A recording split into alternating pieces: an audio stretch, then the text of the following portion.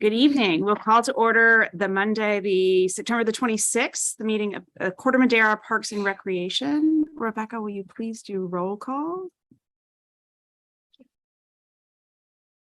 Commissioner Elson?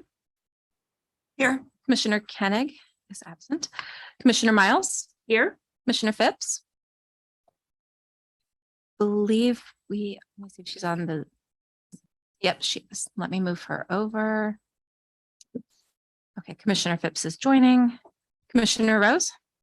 Here. Commissioner Blumling? Here. Vice Chair Charlie? Here. Oh. And we didn't, I messed up. Chair, I was supposed to put Alden Miles under chair. We didn't. Okay, let me do that again. Commissioner Miles or Commissioner Miles Here. or Chair. Commissioner Brown is the one that I didn't call. Yes. Thank you. Here. All right, we'll fix the header for the next meeting, and I apologize for that. And I use that to go by roll call, so I need to fix that immediately. And then we'll do a pledge of allegiance. I pledge allegiance to the flag of the United States of America and to the republic for which it stands, one nation, under God, indivisible, with liberty and justice for all. And now do I gavel? Okay. Call the meeting to order. Before we start with the agenda items, we'll open it up to public comment. There is no one in person in the public. Is there anyone either raising your hand or emails that we need to call in? I am not seeing any raised hands from the public, but I will give it a moment and check emailed public comments. And we did not receive any emailed public comments. And I am not seeing any raised hands. Okay, given there are no comments, we'll close public comments at this time and move on to our presentations. Our first presentation is from Tim Berry reviewing the review of summer camp.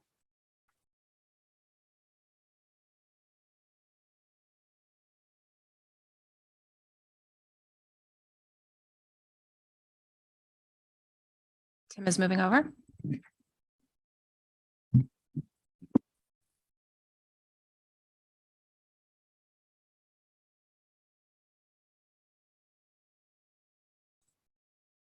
Sorry, it kicked me out and now I'm back in. Can everybody hear me okay? All right, perfect. My name is Tim Berry. I am the Recreation Program Manager here with the Town of Corte Madera. I've been here almost a year, it has flown by. And I'm here to kind of give a summary of summer camp this past year. And there is a presentation, hopefully that somebody can load so I can kind of follow along. Rebecca, do you have that? Or Ashley, do you have that? Working on pulling that up, just a minute. Oh, okay.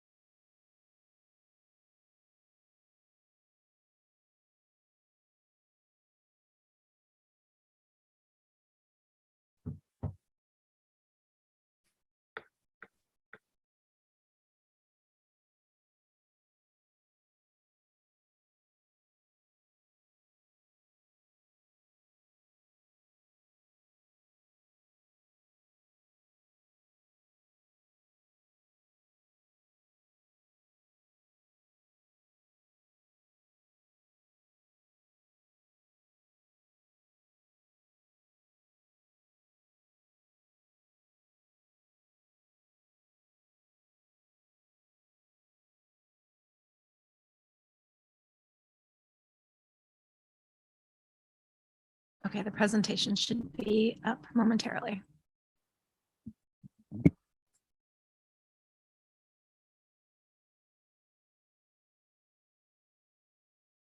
Still opening. We're really making it work for it tonight. It'll be worth it. We do love technology. No, I don't.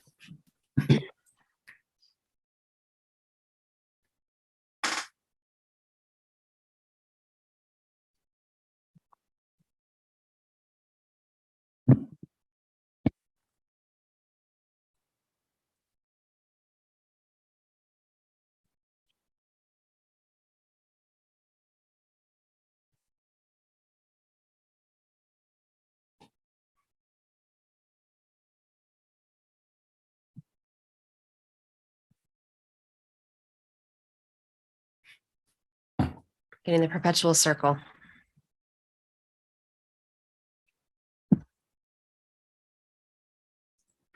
Can I share my screen from here to do it, or is that not possible? You should be able to. Let's try that. So I'll unplug my second monitor so I'm not looking at two things. That's going to confuse me even more. All right, so let's see if I can minimize this. Let's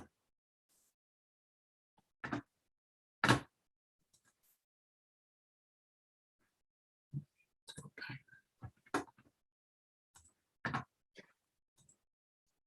Oh, somebody on screen, sorry. Let's see if I can share this, and I can do this, and we're going to hit share. And can people see that? Yes. Okay, so I'm going to go. All right, I'm working on a tiny. All right, there we go. That better? Okay. So I'm here to talk about summer. So this is my wonderful summer camp staff we had here this summer with summer camp staff and LATs for the summer. To kind of go over what we kind of expected in the start of the summer. So we kind of our plan was to basically make a fun and safe experience for our community summer camp. We operated based to make a fun and positive experience for a camp in our program. We offered a variety of activities, including indoor, outdoor games, sports, arts and craft, cooking, and volunteer opportunities, kind of the basic core of a summer camp experience for the kids in the community. This week, Camp Coordinator had planned to run from June 20 to August 7th. We did have to cancel 2 weeks from July 18th and the 25th of July 18th and July 25th. There was a huge drop in enrollment overall in camps in Marin County and especially Corte Madera, where I think a lot of people took those 2 weeks off and kind of went away for the summer and kind of prepped to get back for school year. So we did see a decrease in enrollment, had to cancel those 2 weeks, unfortunately, where we had no camp offerings. Total revenue this year was about $29,000 brought in for all of our summer camp Corte Madera. And then we had 144 total campers, and a breakdown there kind of 92 Corte Madera residents, 35 Larkspur residents, 15 Marin County residents, and then kind of 2 non-Marin County who came in for camp this summer. This year, the Larkspur Corte Madera School District reached out to us for a partnership. They have had a summer school program now in year 2, where they basically target some students who are below or grade level or low income students who are on free and reduced lunch who basically need a summer school program academically, and they needed kind of a partnership on the back end to provide some type of after school or some type of childcare on the back end. So they had a complete day for these students. So this year we offered a 4-week program that kind of integrated into camp, where these kids went to kind of hardcore summer school stuff, academics in the morning, and then came to us kind of for the fun atmosphere in the afternoon from 11:30 to 5. We had 33 total students this year, and from Todd, the former town manager, we were able to basically perform and get a grant through some town funds to basically scholarship these kids to come to camp for free. When the district really identified the list of kids, these kids are really the ones who needed after school care, who were on that identification list of, if we don't offer this program after school, they're not going to come to the day school part where they needed it. So it was a partnership that benefited both groups. We got a lot of influx of kids in camps, and the school district pretty much said that if you didn't have this program, our kids wouldn't be able to come to the school year part of the day, which was very essential. So that was the program we offered this summer, new. Camp does not exist with great staff. And this year we had a blend of some old staff who didn't before and an influx of a lot of new staff.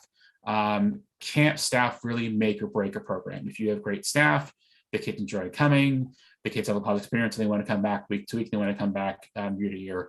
My staff was the most I've ever seen engaged from start to finish. They wanted to be there. They wanted to have a great experience with the kids. They really value giving back to the community, and they really wanted to have a good time with the kids in the program. These are some pictures of some sort of first aid CPR training we had them do in AED training. I think someone's about to get the water balloon down below. We had some kind of team challenges for team bonding. But really, I said, I cannot compliment my staff enough that we really had quite a few new young staff who are first jobs and just kind of learned how it all works. And very much enjoyed the experience, and we look forward to having them in future years as we kind of build camp staff back up. Where we had not very many returning last year, but kind of building that core of staff that we want to have to use during the school year for all our events and also for next summer too. These are some fun pictures from camp. I think there was a sack race day here. I see a balancing egg. I see just happy faces. Just kids having fun is what, our goal is when they come to camp each day. And these are some more projects that I think this was, they were making ice cream on the bottom below there, a water balloon fight, and then I'm not sure the mustache picture was, but that was a dress up day we did for camp. Just some of the activities we did on a daily basis for summer camp. Our CIT program this year had 10 total enrolled. The CIT program is definitely essential to a program. It is you're basically interviewing your staff and giving them experience to working in the real world. It's also a chance for staff to say, hey, do I want this as a job? And it was definitely some growing pains of, hey, I've got to be responsible. I've got to get up every morning. I've got to be on time. I've got to be responsible for these kids. And is this something I want to do? We had some great CITs this year. A couple we've already offered job to to work during the school year in our childcare program. And we'll bring back again next summer. But getting these volunteers to come in and be part of the camp and give back to community is a huge asset. And we couldn't have done it without them. Scholarships. So this summer, we were gracious enough to receive some scholarships from the groups below. Total of about $10,000 from the groups of the Corte Madera Women's Improvement Club, the Corte Madera Lions Club, the Corte Madera Community Foundation, the Corte Madera Beautification Committee. Beautification Committee. They have been so essential in getting these kids who can't afford to go to summer camp the ability to attend week after week. All of these groups value these kids doing something in the summertime. They value giving back to the community, and without their donations, summer camp for some of these kids just would not happen. And parents tell me that we'd be sitting at home on a device. Instead, we're going to camp each day, doing activities, doing games, having fun instead of just sitting in front of a screen, which is obviously we don't want those kids doing in the summertime. Kind of a snapshot of all summer camps we had this year. We had 350 total campers in both the Camp Corte Madera and then all those camps listed on the right. We had a wide variety of camps offered, from everything from sports camps to basic science camps to carpentry camp. So 350 was a good number of kids served this year. And then there's the breakdown of 213 Corte Madera residents, 79 Larkspur residents, 53 Marin County residents, and 3 non-Marin County residents for kids served this summer during our programs. And then kind of summer 2023 looking forward. So we want to bring back offsite field trips. I know it was kind of a thing we were a little hesitant with the fun COVID of what was going to happen, but I think we feel comfortable bringing it back in 2023. We are going to partner back with the Larkspur Corte Madera School District again to offer summer school. I already had a pre-meeting with them to talk about next summer. They were so impressed what we did and to feel how essential it was. We were going to partner back up with them again to offer those kids who are in summer school during the day and kind of come to us for a program in the afternoon. And then I'm looking kind of an end of a summer family event. So kind of something to bring the kids who have been in summer camp all together all summer, like a family barbecue or a family movie or a camp out, kind of something where those kids who we've seen all summer and they've interacted with all the kids and the volunteers, kind of an end of the summer, kind of get together as kind of a thank you for being part of the program. And then for me, one of those just new ways to recruit staff and promote programs. I'm quickly learning that staffing in Marin County is a challenge. And I think everybody is, fighting for those quality staff. And I think that the sooner we can recruit and find those staff either from within or outside and kind of promote the programs, the better off summer camp will be and the program will be overall. And that's all I have. So does anybody have any questions for me? I'm going to stop sharing real quick unless somebody's I froze. Thank you, Tim. It's super exciting to see kind of camps coming back and all the activities going again. I'm curious about, you had 144 campers in the camp and then that 350 across all camps. Are you seeing any trends in kind of the participation in the types of camps? Kind of, you mentioned the 2 weeks in July where we're starting to see maybe some behavior trends in how parents are engaging and how people are spending their summers. Is there anything else we think we can take away from what to expect going forward? I think it's going to be the same. It's very much the kids people who are in summer school or kids who are in summer school definitely look for something to do. Once summer school's over, that they take that week off. I think the trends are going back to kind of the more traditional camps. But every town has been different in what they've been successful in. I think some of our camps like carpentry fills up really quickly, skateboarding really quickly, and then some of the other just general camps, if someone's looking for somewhere to have their kid go every day after school or partnered with the after school program. So I think those are the trends we're seeing. We meet as a district through CPRS, and we're supposed to talk about summer camps. I believe it's next month to kind of a quick recap of what worked and what didn't. And we kind of share some ideas of what did and what didn't go. And I think every community is different, but I think everybody just wants to know what's out there as soon as they can, because it seems like early and early they want to register. They want to register December for the summer. And I think the sooner we can get our information out there of what's going on, people are just trying to figure out, hey, when are we going on vacation? When's my kid playing soccer? When are we doing that stuff? So I think the trend is just get that information out early as you can for people to register for their summertime. And just to interject, I think that you'll also see that the travel trend has been surging this last summer. So people are, been rescheduling travel trips and family vacations and now not as afraid to fly. So I think that we've seen within Marin County that trend go as well. Mhm. So I know a couple of other local agencies have also seen a decrease in summer camp, especially towards those couple of weeks getting back to school. Sure. Questions or comments? I just have a question. I know, speaking from experience and getting lots of text messages from friends with kids, that week before school starts is always a week when parents are looking for help with kids. Is that something you've ever considered covering, or is that, I think in the past it was need to get ready for the school year, so it wasn't available. I think we definitely need to look at that next year. As long as the high school and elementary school schedules line up, we could go to the very end. I think the challenge for us is when summer camp ends and then elementary school starts, we open up for childcare. So it gives us maybe a day, maybe two. But I think definitely there is that need to program either a contract camp or one of our camps to say, hey, that week in August when we all got to be back to get ready for school, something. So we are looking at finding either to extend, camp one more week or to find some contractors that can come in and provide some, because yes, that is the biggest need. And the challenge you have is if you have some college students, they may be already off to college. So that was one of my challenges in my old job, is that we hired a lot of college students. And then once college happened, you really had a very few staff around to work. But as long as those two schedules seem to line up, I think we can extend an extra week to offer, even a modified day or, a 9 to 3 or a 10 to 3, so that somebody had something for the kids to do before they, go back into school. Yeah, I think it's a big need because a lot of parents can, just say, oh, I'm going to work from home. But if you work in an industry where you have to be at work, then young kids end up being left home alone, which isn't good. And if we could do something to help with that, it would be great.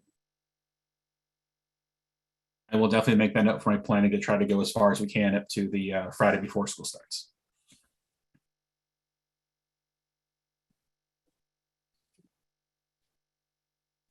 Yeah, Tim, first of all, thank you very much for organizing all the fun activities from personal experiences. I've had a few kids go through them and they had a wonderful experience going through through multiple of them. I did have a quick question, and excuse me, it's probably just me being a little naive, but how does the selection process go for the new ideas? I know that there were some new ones that came up, Art with Miss Matthews. Can you describe just a little bit about the process on how people volunteer, or is there like a big collaboration where you come up with a list and then vote on what is going to go through and be offered for the summer session? And if so, when does that happen? Ash, you want to take that? Me too. Sure. So Erin actually organizes all of our contract camps and all of our after school programs. So she works directly with the contractors. So if somebody has a contract instructor, they come to us and they put in a proposal, and the proposals are typically due at least 4 months, 4 to 5 months ahead of time. So right now she's already collected the proposals for spring. So any classes that are January through May, and she's already putting those same instructors or instructors that have a following on point to start planning their summer, because we want to include like a summer camp preview also in the next issue. So it feels like as soon as before we're even done with the current issue, we're planning for the next one. But generally we get proposals from instructors that have a following or they've been asked to come and teach or propose, and then we go through the contracting services that way. If there's also another way, if a group of people come together and like, we really want this class, we know a couple of people that would be really good instructors, we can follow a lead that way as well. Yeah, thank you. Actually, if people from the community have ideas, what's the best way for them to communicate those? They can reach out to our office, and then whoever's answering the phone at the front desk can refer them to Erin. Okay. And generally, it's great to have an idea come in where somebody's saying, we would really like a ceramics class, but it doesn't do us a lot of good if we don't have any leads to chase down. So it helps to come with some suggestions, or at least a group of people that might be interested in something, so we can kind of keep people together. Okay.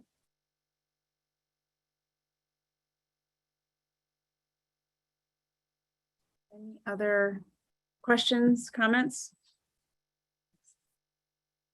So that is our one presentation item. Oh, yes. I'd like to open it for public comment. Okay, I am checking to see if there are any raised hands. And we did not receive any emailed public comments. And I'm not seeing any hands from attendees. All right, so I think now we move on to the consent calendar. And these are items that are routine or have been previously discussed and do not require any further discussion. Any member of the public is welcome to make comment or pull an item from the consent calendar for further discussion. We'll start by asking if anyone from the commission would like to pull anything from our consent calendar for discussion. And the only thing on the calendar is the meeting minutes. Excellent. Is there any public comment regarding the consent calendar? Not seeing any raised hands, and we did not receive any emailed public comment. Excellent. With that, we're back to the commission for a possible motion. Would anyone like to make a motion to approve the minutes? Also move. Second. Thank you. Rebecca, can we have a vote, please? Commissioner Brown, Yes. Commissioner Elson, Yes.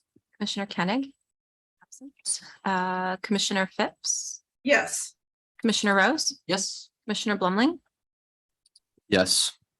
and Vice Chair Charlie, Yes. and Chair Miles. Yes. Thank you.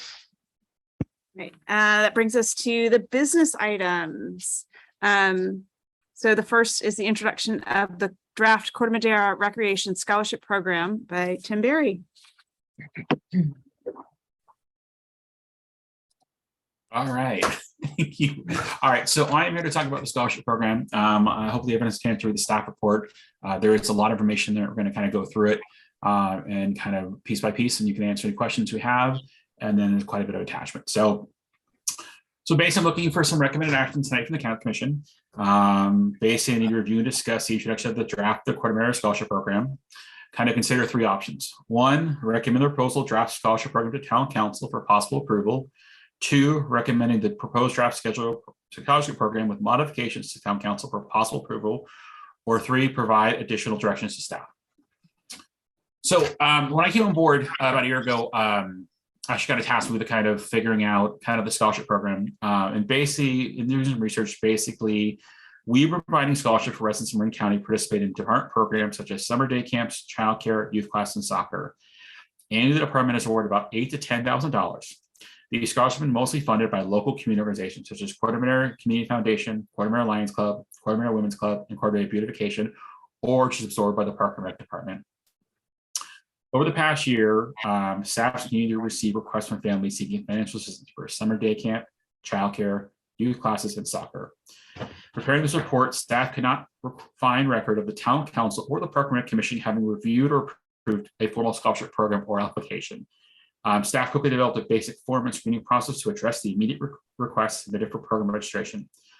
Staff is now asking the Park and Rec Commission to review and discuss the proposed scholarship program and consider recommending a draft recreational scholarship program to town council for possible approval. So, sorry, I'm losing my voice. Discussion. So the goal has always been to offer scholarships to low and moderate income families for individuals to participate programming through the department. Staff research programs offered by the following agencies. We looked at Fairfax, Larkspur, Mill Valley, Novato, San Anselmo, and Santa Fe, and drafted the attached document, which is attachment 1 for your consideration. The proposed program is consistent with the basic requirements for neighboring programs, which is an attachment 2. I know it's a big, long Excel sheet. It basically was everything that was attached there. But it's different, and now we're allowing non-residents to participate and offer scholarship to adults. With the state agency's research, only Mill Valley allows non-residents to apply for scholarships. Only Novato supports scholarship for adults in addition to youth. SAC recommends that the Corte Madera program be open to youth and adult applicants, as well as open to residents outside Corte Madera.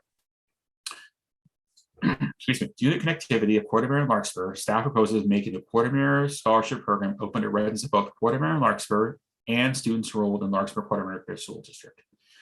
Based on past requests, staff has also asked the commission to consider allowing residents of Greater Marin County to qualify for scholarship assistance, but at a lower percentage. Excuse me. In order to fairly and responsibly review and grant scholarship requests, the following elements of a scholarship program were considered: application and process, allocation of funds, distribution of funds, and eligibility. After comparing scholarship programs offered by 6 neighbor agencies, staff recommends the following criteria for the Corte Madera scholarship program. I'll start with application and process, and these are pretty core at any program we looked at. Basically, all applicants have to fill out a scholarship program with the full names and all family members included in who's applying. Applications must be accompanied by a current verification of eligibility residence. So basically, we're looking to say, hey, if you're going to truly apply for the scholarship, we want to verify who you are, where you live, your information. Scholarship can be submitted at any time during the year, but will be processed 2 times the year. Once in May for all summer programs, and again in August for all school year activities. And I just wanted to say something. This is that if we have not exhausted all of our funds, we'll still take applications at that point. But we're trying to tell families, look, if you need a scholarship for summer, by May, we're going to let you know what you have coming for summer, and then in August for the school year request. That is when our most of our families have been asking us for that request. And the scholarship will be awarded for 6 months, and then any allocation not used by relocated back in the scholarship fund. So like if we allocate you some money and you decide you don't need it, we're going to help the people who have also made requests to need funds to put in the back in the fund. Allocations funds. All available scholarships funds will be distributed in the following quantities: 80% residents of Corte Madera and Larkspur and students who attend school in the Larkspur Corte Madera School District, and 20% residents of Greater Marin County. So I looked at the last year, and basically we got requests from all over the place. San Anselmo, Fairfax, Greenbrae, all over the place. Our core requests were from Corte Madera, Larkspur, and kids who went to the school district, which make the most sense. So basically, if we have $10,000 in the account, obviously 8,000 would go to the Corte Madera, Larkspur, and school district students, and the other percentage to the outside that. Distribution of funds. Funds will be distributed between youth and adult scholarship based on demand. Youth scholarship funding will be allocated at a rate of $300 per individual with a max of $90 a family per year. An adult scholarship will be awarded a flat rate of $100 per individual per year. A couple of the requirements: funds are non-transferable, but may be shared among family members at discretion. So if we allocate you, $90 for your family, you decide, hey, I'm going to move all this to one person and share it, that's fine. It just can't be transferred over to another family. And then scholarship funds do not cover material supply. So basically anything that we're paid directly to the instructor, that is not going to be covered in our scholarship fund. And lastly is staff will have the ability to allocate additional funds above the max allowed per individual per family on a case-by-case basis due to extreme circumstances. So we recently had someone apply for a scholarship for our after-school childcare, and they were the lowest income I've ever seen in a scholarship program. And we were able to give them a little more than our norm just because the case was so extreme that they needed childcare just for that 1 day a week to basically give them childcare and through a scholarship for the essential need they needed after school. Eligibility. To be eligible for any scholarships, individuals must qualify for public assistance, receive other types of HS unemployment, disability, or housing benefits, or qualify based on their income level. The California Department of Housing and Community Development basically sets up a standard for every county in the state of California. They have one established for Marin County. And basically these guidelines show that if they fall in these very low income, depending on how many people in their household, they would qualify for a scholarship through our program. To illustrate the application of the proposed scholarship program, kind of are some grids of kind of what it would be. So I did a youth and adult breakdown so everybody could see. For example, youth, we'll just pick one. Childcare full month is around $500. If the single child had a scholarship of $300, they would still have a balance due of $200, and they'd get 60% of the scholarship. Adult, for example, let's say watercolor was $110 for program costs. We were able to scholarship the full $100 for them. It was still only $10, but receive 90% of the scholarship allowed for the program. The commission is asked to review and discuss the introduction of the draft Corte Madera Recreation Scholarship Program. Consider 1, recommend the proposed draft scholarship program to town council for possible approval. 2, recommend the proposed draft scholarship program with modifications to town council for possible approval. Or 3, provide additional staff direction to staff. Is a lot of information. I know it's a deep dive. We really looked at all our surrounding cities to try to figure out where we are benchmark wise, and made these recommendations based on what we kind of have had in the past year. Questions from staff, questions from people in the public, and just kind of the history that we've given scholarships in the past. So I know there will be questions, so please fire away. This is Aline, and I noticed you said that the funds have been donated by community organizations. And it looks like most of the organizations are in Corte Madera, the Community Foundation, Lions Club, Women's Club, Beautification Committee, or would be absorbed by the Park and Rec Department, Corte Madera. Is there any reason, or are there any organizations in Larkspur? I'm seeing that 80% are both Larkspur and Corte Madera. I'm wondering why there's not more involvement from Larkspur. Sure. So the history that I kind of researched in our program was that basically all of our scholarships were basically for summer camp. So it was a specific summer camp need and request to these Corte Madera groups. They did not ask outside of Larkspur for funding or for scholarships. So we have never actually, I think, had a scholarship program looked at the entire year or the entire programs. They just looked at summer camps. So the past camp director would literally reach out to these 4 or 5 groups and say, hey, we have these kids are in need of summer camp program. Can you sponsor them in Corte Madera? So there was never a reach out to anything in Larkspur for looking at the whole program itself. That just was focused on summer camps. We're trying to look at develop a draft of a program that would encompass the entire calendar year. Well, can we look at finding more funds from Larkspur and organizations in Larkspur? Absolutely, we can. I think that we can reach out to anybody. I think having an established scholarship program to say we're looking for funds is much easier than just the ways in the past where there was no formal process. But absolutely, we can reach out to anybody who wants to donate the scholarship fund, as long as they see the whole scope of an entire program, bring some validity to it, and just we're asking for this one specific summer camp, or say we're asking for a scholarship for youth, adults, for all classes that we offer throughout the school year. And just to interject, that's also one of the purposes of having this solid document that goes through the commission's review and to council, is that we actually have a program that's in writing, that's very, in our opinion so far, very equitable and fair and transparent, that we can be able to reach out and utilize this and share it with outside organizations and say, this is what we do. Would you like to be a part of it? Would you like to collaborate with us? So this will help us in that process. Tim, I have a couple of questions. Thank you for both the thoroughness of this and also the comparative benchmarks from other communities. It's very helpful. My first question is about how the funds are distributed based on program. So I think there's a simplicity with saying it's $300 for these programs and $300 for children's programs and $100 for adults, but that relative percentage to the cost of the program doesn't make sense to me as much as just saying that we will cover a certain percentage by program. So for instance, fully covering the cost of tennis, but leaving a significant burden on childcare costs is maybe not serving the community who needs these scholarships in the best way possible. And I'm wondering if you considered, for instance, always covering 80% of a program's cost, regardless of what program, so that people would know what they would be personally responsible for, and that might more equitably distribute the dollars between the programs. And that was just I- an example to calculate numbers, correct, Tim? That wasn't saying that that Yeah, was those are percentage. just the examples that throw out there. I think it would, I think the first, I guess, direction I'd like to know is like, are we, we propose both youth and adult coverage. So I think a lot of the couple of cities we looked at, it was just a youth scholarship fund. So if you were a youth, you knew you were getting 50% of your things covered if you met these criteria. And if we're going to have youth and adult, I think we need to figure out some way to either what proposed here to say you get this percentage, you get this dollar amount.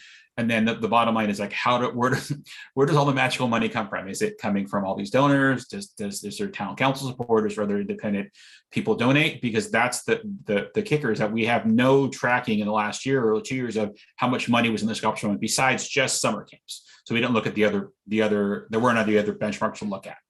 So I think that, yes, if it's more of a, hey, you get this much percentage and then when it's done, it's done. But if it's more concentrated on youth, we can make a recommendation, have it more youth heavy than adult heavy. I just want to make sure that if we're okay representing both groups and giving both groups the opportunity of a scholarship, how do we find that middle ground, I guess is my question. So that sort of leads to my second question. So first, I think it's great that we would have adult program coverage as well. I think that that's a fantastic opportunity for people who might want to have some enrichment in their lives and can't afford it. So I would advocate for that. But part of my question, the second part of my question was about how are we distributing a finite number of funds? Is it on an ongoing basis until we run out? Are we prioritizing that 80% of the program scholarship funds should go to youth? Or a certain percentage should go to after school and summer camp programs for people who have two working parents or in a single parent household where they need those services, perhaps more than others. It just seems like we need to have some sort of structure around that so that we aren't just using up the scholarship funds until they run out during the year. And we're not trying to hit some certain minimums of coverage. Does that make sense? It does, and I actually haven't seen any benchmarks in other cities or other towns that we surveyed. So I would be open to discussion or some suggestions of how to do that and put this back in that. This is why it's a draft, because obviously there's things we need to work on. So I'm open for any ideas or suggestions of how to figure out how much per adult, how much for adults, how much for youth, and go from there. So I'm open for a discussion, but we had not seen that in any other benchmarks that we surveyed. And we'll have time to discuss as a commission after public comment, but are there any more questions for Tim on? I have one. Yeah. So sort of building on that idea of like a flat fee model versus taking a percentage for the scholarships, based on past years and the number of people that have been given scholarships and also how much organizations have given you, what do you estimate would be the total costs? And then based on that, have you ran a model versus sort of the flat fees with the $300 versus sort of a percentage based on the cost of the program? Sorry, you muted out. Sorry, say it one more time. Sorry, I lost you for a second. Okay, I was just saying, based on like past, people that have participated in this over the last couple of years, and the amount of money that's been sort of donated through other organizations, have you ran a model comparing a scholarship amount of like a flat fee, as previously mentioned, versus sort of a percentage based on the cost of the program? Of a projection? So I think it would depend on if we're just doing youth or adults. So like I said, we only have a youth scholarship fund to pull from as a past example. We exhaust all the money that's given to us from those donations from the youth every year. So the model would be depending on how many adult scholarship requests we get. We don't get very many. I would say this year we probably got the most requests for scholarships outside of summer camp.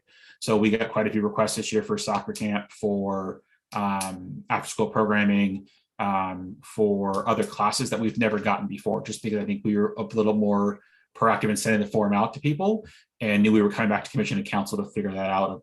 How would we get to that end goal? So besides youth, we have no data to pull from for anything adult wise. Do you have an idea of how much money you gave out for adult scholarships this year? We didn't give out any. Okay, I thought we've only given out youth.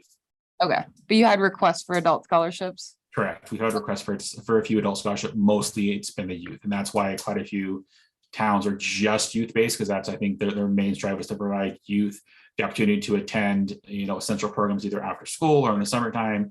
And if you have the opportunity for some adults to have some after school or some scholarship opportunity for some of those classes, but all of our requests so far have just been for the main youth, and no adult scholarship given out this year. I mean, I'm just making up numbers, but if we set aside 10% of the budget for adult scholarships, and then after an application window or request window closes, could those funds then be reallocated to youth programs or youth scholarships?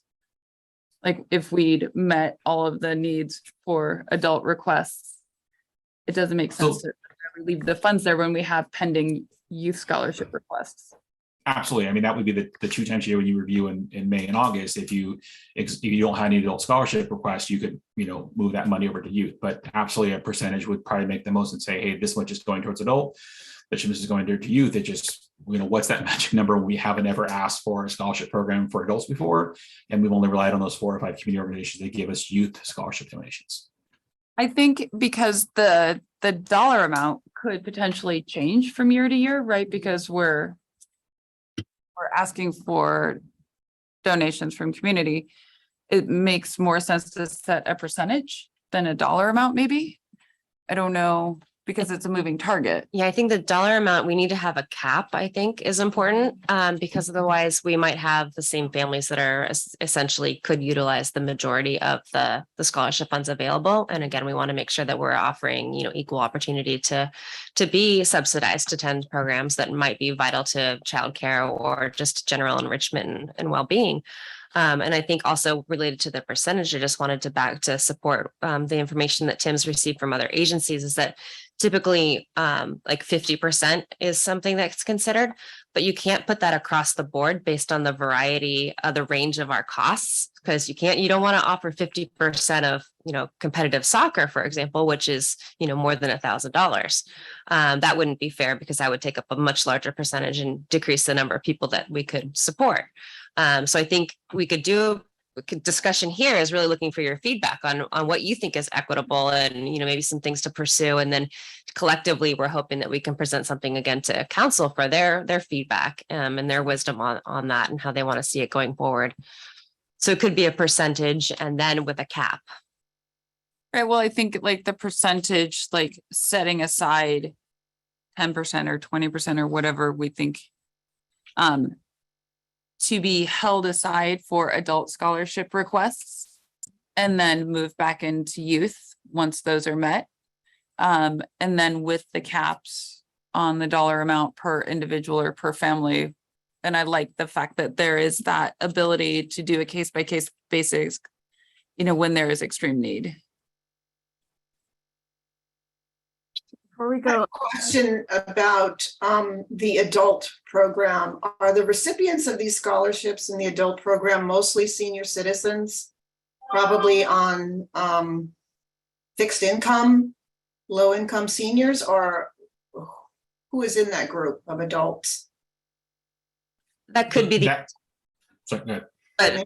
but that could be the intent. But really, Tim had said there hasn't been any scholarships given to any adults thus far, but it's staff recommendation that we offer them. Okay, because I'm feeling like it's important to support that part of the population as well, since they're on a fixed income and need socialization and programs, and allowing them to take advantage of a scholarship program would help them become less isolated. So I support having a mix of adult and youth scholarships. And just to know, when Tim is defining adult, there's there's sentiment about supporting, seniors in general or people that are over 55 or whatever age we define senior as, but we didn't want to also eliminate that age group in between. So that's why we did anything that's youth versus adult. So we're serving everyone essentially the opportunity to be subsidized. Sure. Mm-hmm. so by way of process, I think we're supposed to move to public comment and then move to discussion. Is there any public comment? Rebecca? Yes, I am seeing one raised. I'm seeing one raised hand from Patty Stolier, and I will unmute Patty. Hello, Patty. Hello, thank you, everybody. So my understanding from what Tim said is that no senior has received any kind of supplement. But I'm wondering when you're hoping to start this, because I just got the new rec catalog and there's no mention of it. So I don't know how you're going to spread the word that if you want to take watercolor, you can get help with it, because I've looked at the pickleball and the watercolor and thought, oh, wow, that's a lot of money. So I'm just wondering how you're going to get the word out so that the seniors know that there is help available. I'll speak to that. The process first would be to have the commission here review and make recommendations to council. And it would be something that we want to bring to council for their approval before we launch the program officially. And that would be the addition of adult scholarships. This was a discussion at council level when we brought our master fee schedule last year. So we're really trying to do the work that they directed us to last year and follow up with that. So the intent is hopefully to bring it to them next month or November at the latest, so that we could advertise that information in our next activity guide that would go out in December, that would launch January through May programming. And then also we have seniors that come and attend programs within the building, so we can do additional flyers and notification that way. Thank you. Any further public comment? I'm not seeing any additional raised hands. The closing public comment for now, and then I heard as Tim was going through and as we're asking questions, kind of 5 topics for discussion related to this. And I'll kind of go through them and then we can kind of tackle them one by one. So the first was, do we want to cover youth and adults? Do we want to follow that recommendation? And if so, to what degree? The next discussion topic is flat fee versus kind of a prorated percentage of the cost of the program. There was maybe a brief question on sources of funds and how we expand that. Inclusion of non-residents and kind of the relationship between Corte Madera and Larkspur residents. And then how to allocate funds, like kind of the process by which we kind of either exhaust or don't exhaust. So coming back up to the top, let's start with youth and adult and kind of the percent share.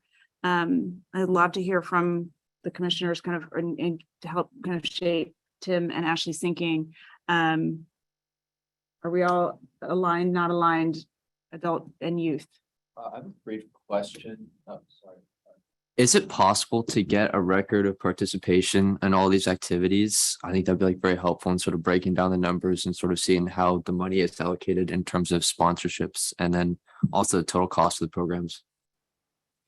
Well, these are just examples. So we've given most of the scholarships that I've been informed about in the last 3 years since starting, which was day 2 of COVID. So lots of things were shut down during that time.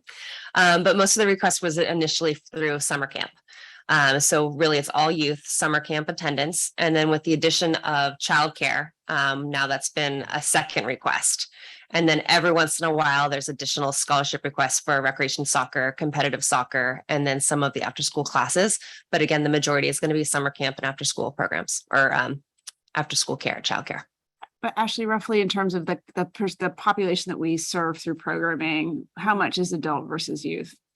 The majority of our program participants are going to be youth because there's just that many more programs for them because they're the ones that the kids, that the families are enrolling because they need activities to keep them busy and keep them growing and keep, touching their interests. We hope to get people involved at the youngest age and then keep them throughout their entire life and keep them on through their senior years. That's generally the recreation model.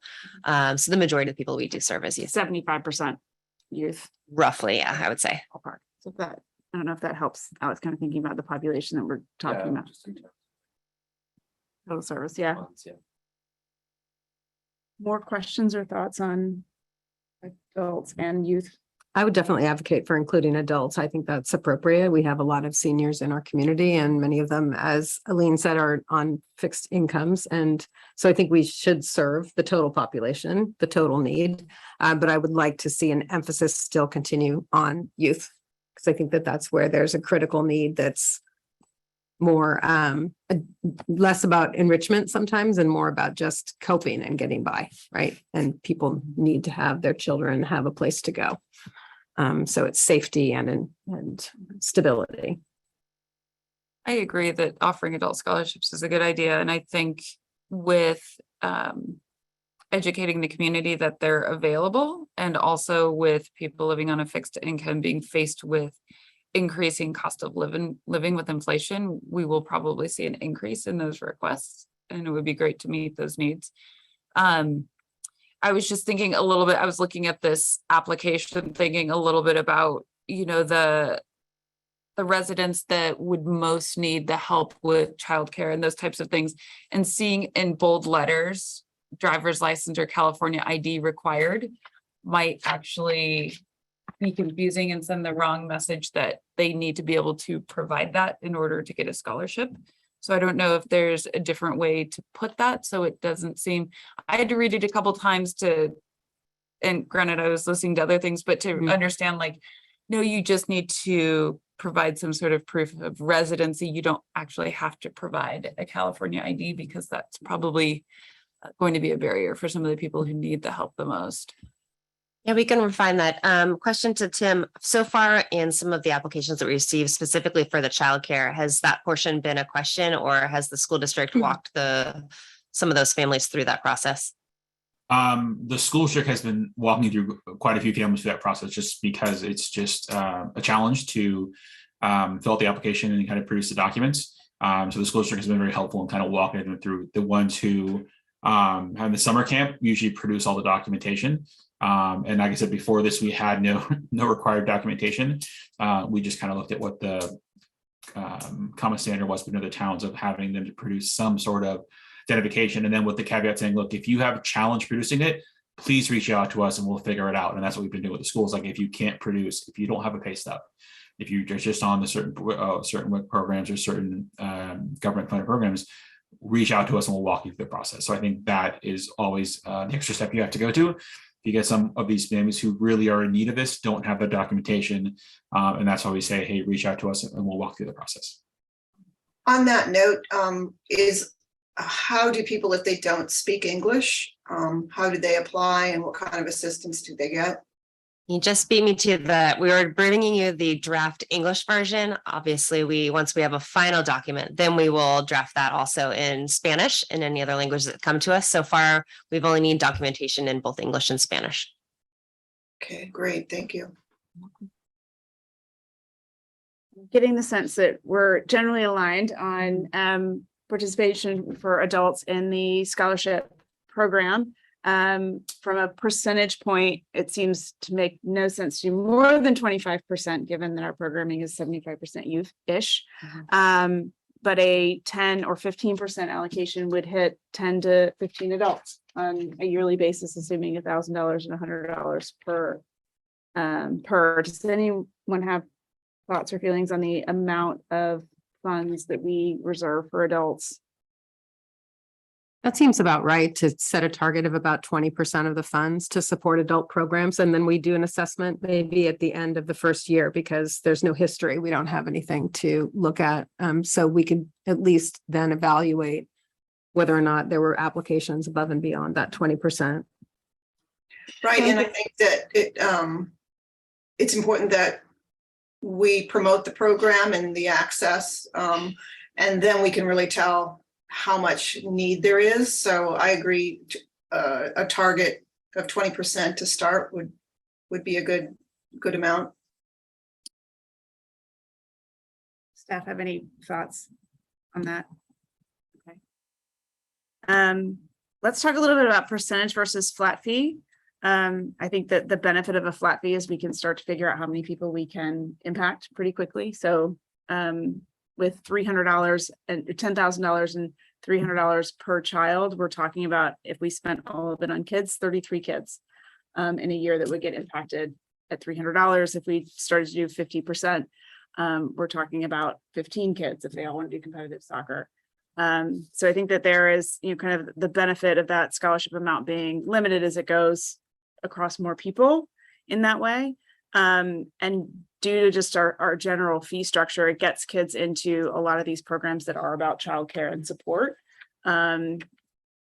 Competitive soccer is going to be tough, and it's not just that fee that they'd have to cover anyway. So I think that that would be those were my thoughts on on doing that flat fee, just from a management perspective and communication, it gets a lot simpler. But open to, Is it possible to do something like 60% of a class or $100, whichever, right? Like, I don't know if that makes sense with any of the class costs.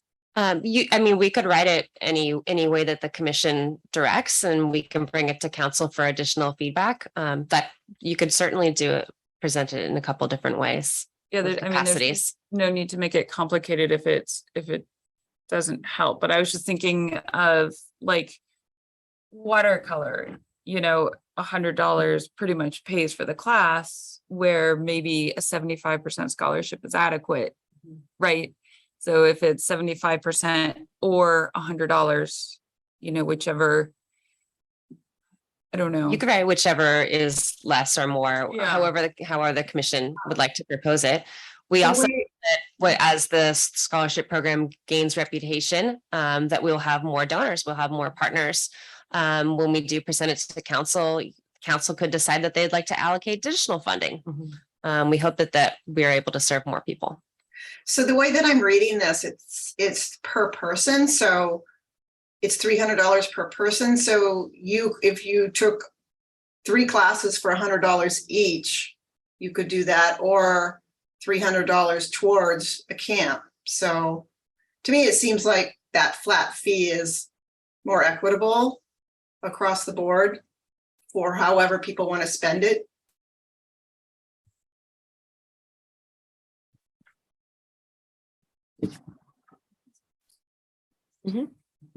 Yeah. Important note over here is Rebecca mentioned you can always readjust. This could be our pilot year. We could do a nice evaluation and bring back to the commission additional numbers, feedback, how many people we served, how, you know, staff notes throughout the process. It's nothing that we have to solidify forever and ever. Another way to think about it would be to put an emphasis on childcare and the summer day camps, where we know that parents who are working, who need to have that kind of support for their children, put them in for a longer period of time and put more of our emphasis there and cover a higher percentage of the fees and a lower percentage than for what we might traditionally call enrichment classes, things that are above and beyond that, you know, both for adults and for children.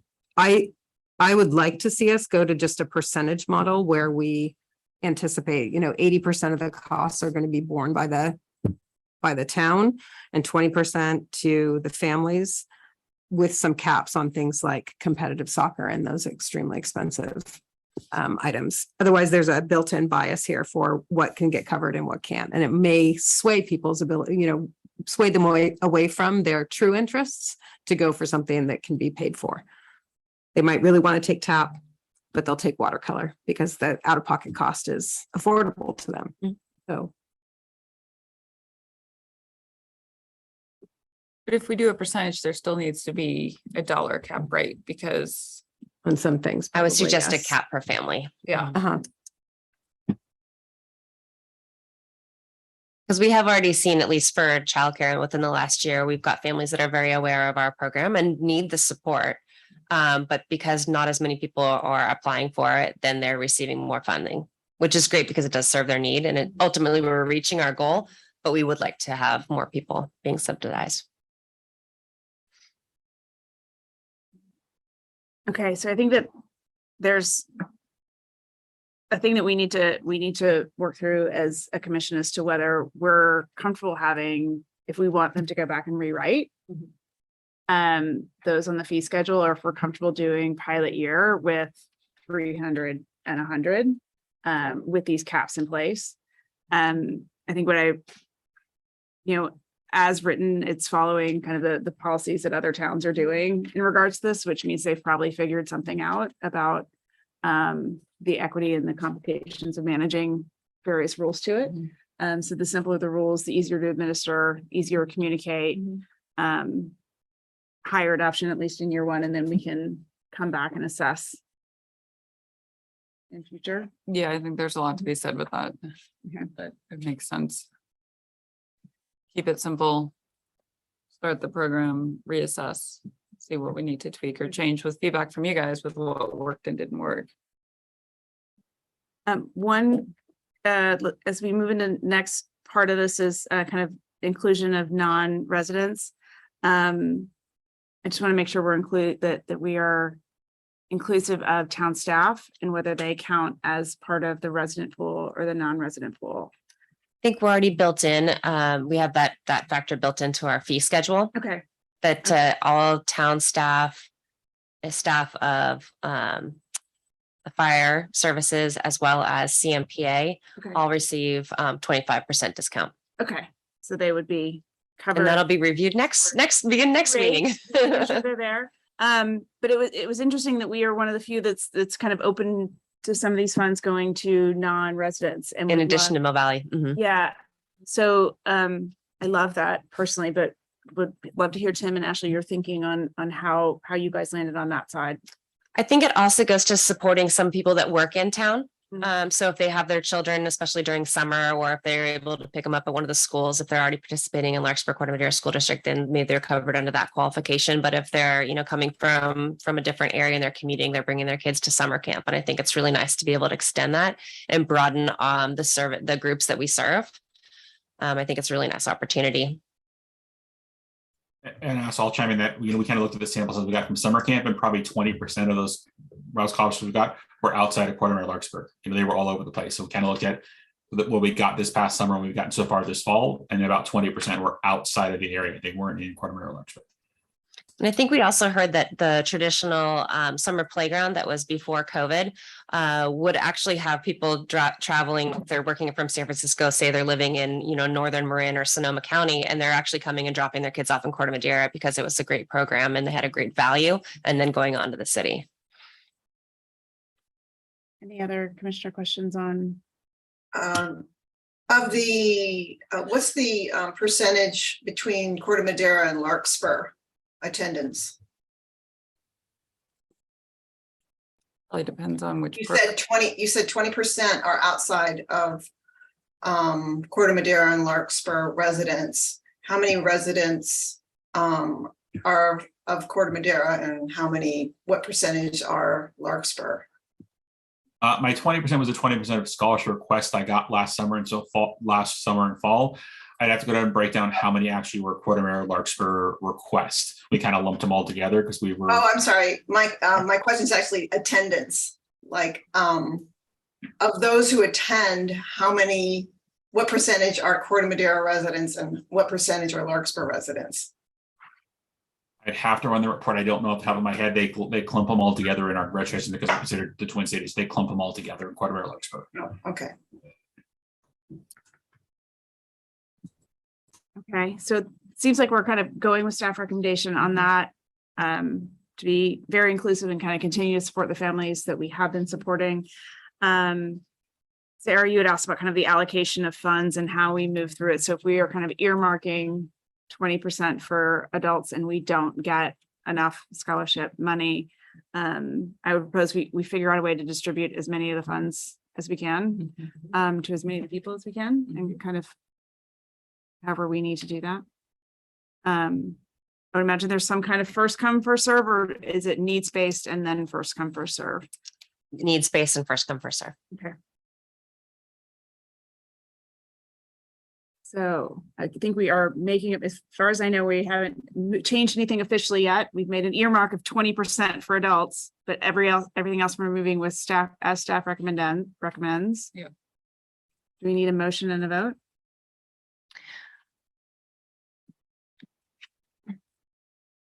Yeah, we do. Are we going to take it? Yeah, we're going to take it to council. Mhm. It would be a motion to take this to town council as staff recommends, Yeah. with 20% earmarked for adult scholarships. Exactly. Is that your motion? Yes. Second.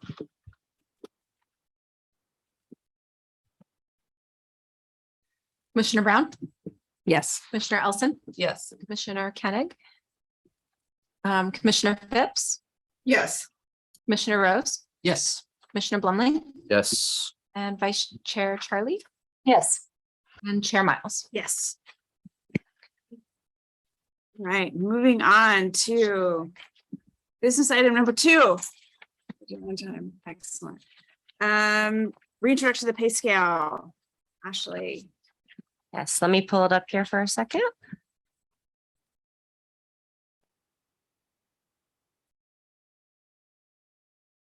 And this is more of a clerical change for us. It's a reintroduction of the pay scale for the recreation aid classification, and the recommended action is to review and discuss the reintroduction of a pay scale for the Parks and Recreation Department worker classification, which is recreation aid. Consider 1, recommending the proposed worker classification pay scale to council for approval, or 2, provide additional direction to staff as needed. And the background is the entry-level classification for our Parks and Recreation Department is the recreation aid position. And this is generally supports childcare, summer camp. This is the entry level, your first job. And it's the descriptions included in attachment 1. And in 2021, the pay scale for the classification was $13 to $15 an hour. And then that attachment is included there. But then at the end of last year, the minimum wage was going to be going up. And then when the wage was adjusted to 15, that was the top scale. And I think there was a clerical error of just not adding additional steps. So tonight's request is to approve the additional steps as that are included. And I did some benchmarking from other agencies and and carefully considered making sure that we had a scale that was going to be sustainable for the next couple of years as we're anticipating additional increases to minimum wage.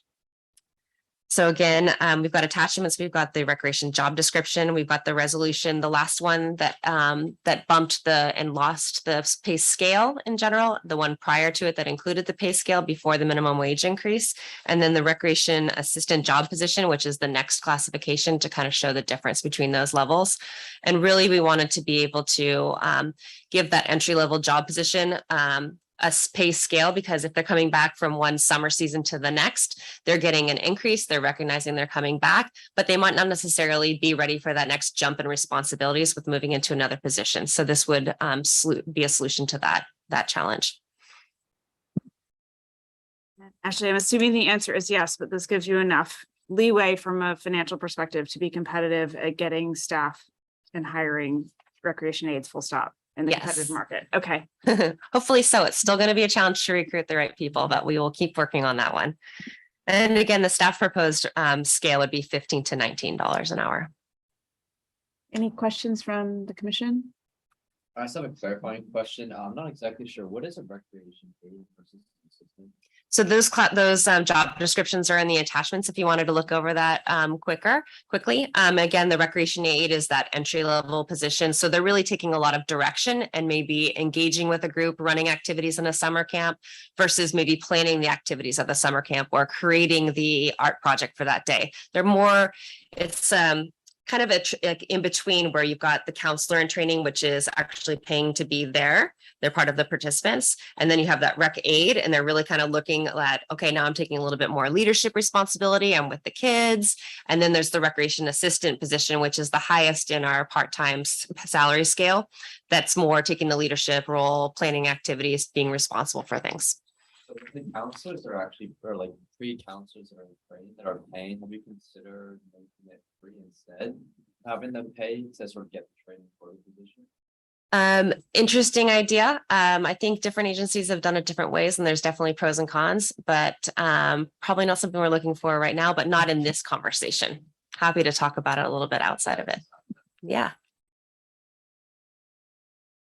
If there are no questions, and we'll go to public comment. I am not seeing any raised hands from attendees, and we did not receive any emailed public comment.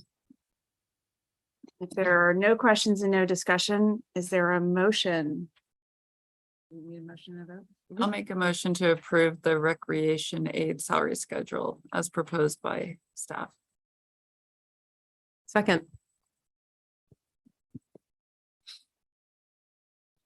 Commissioner Brown, Yes.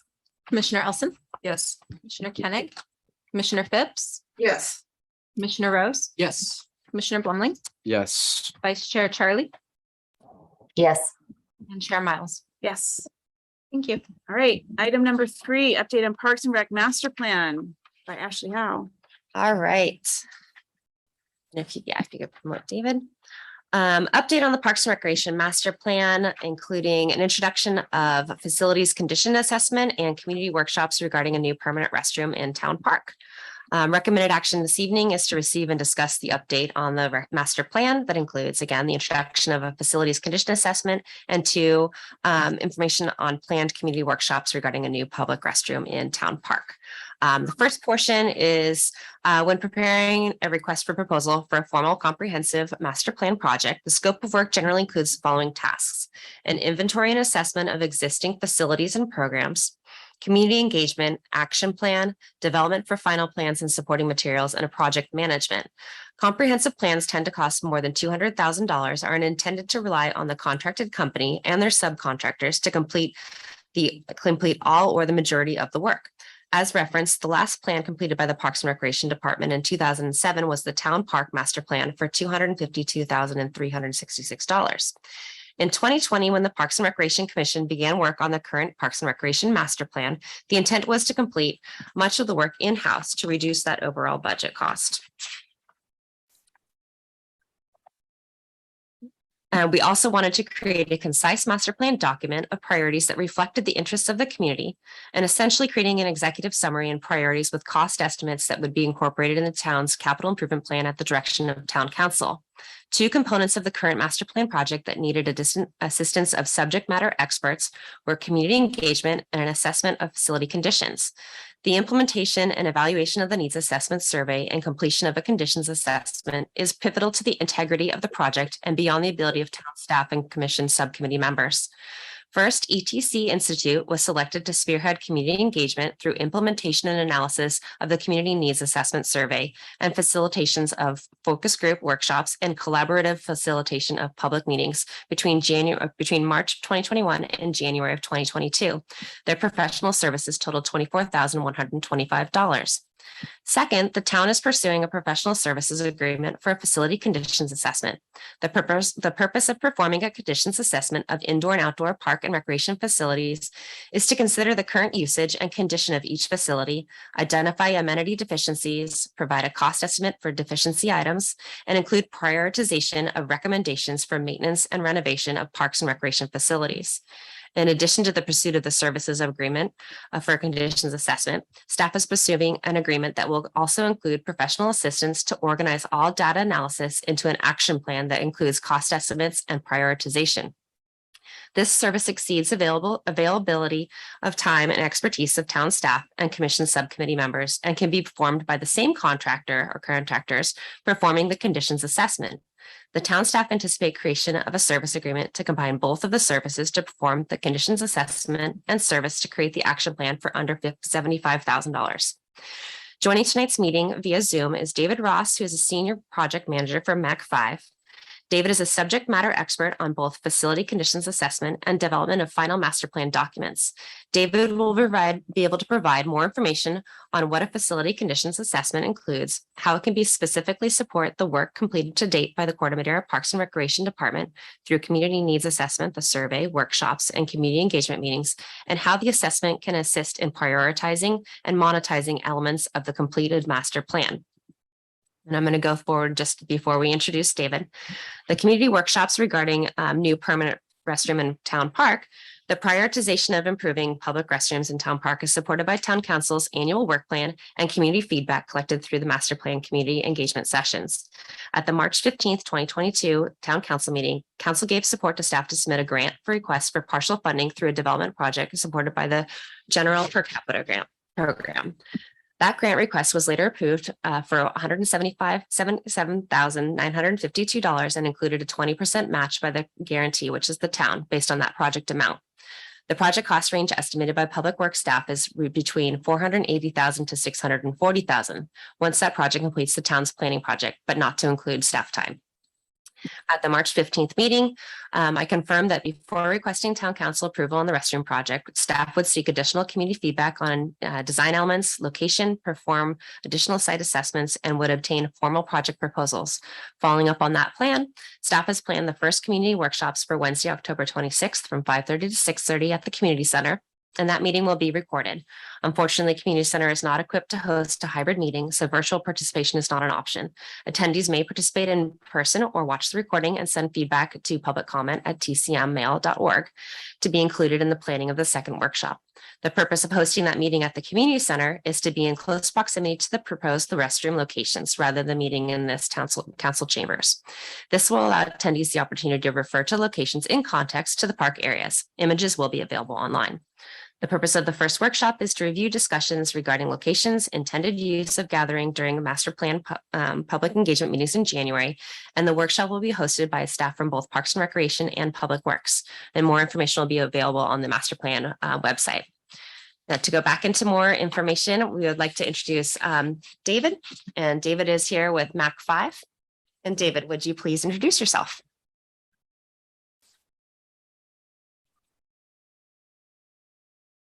Hi, good evening, Chair Brown and members of the commission. I'm David Ross. I'm an architect by training and have practiced architecture for 35 years throughout the Bay Area with a significant focus on recreation facilities for public agencies throughout Northern California. So I bring a lot of experience and background in planning, design, and delivery of parks and recreation facilities. Those include 9 Best of the Best CPRS award-winning projects. It's been a passion of mine, and I'm also a Marin County resident, so I have a high level of interest in the town of Corte Madera and their facilities, as well as some experience with them. So I'm also partnering with a landscape architecture firm that I've partnered with a number of times for this specific type of scope of master planning parks and recreation facilities with RHAA out of Mill Valley. So one of the reasons we do this and we work together frequently is because the facilities in recreation are a combination of park facilities and recreation building facilities. So it really helps to have a landscape park expert and a facility building expert combined for both the assessments and the planning of future improvements and meeting the additional program elements identified in the needs assessment. So typically RHAA and MAC 5 combine to do full service master planning, which was kind of outlined at the beginning, that broad master planning scope, which typically includes the full needs assessment at the front end, as well as the facility assessments, and includes all of the planning and the analysis of the data and the prioritization. What I was approached to with this project was to initially focus on the needs assessment, or sorry, the facility assessments component. And in doing that, I actually attended your last commission meeting and heard the presentation of work done to date.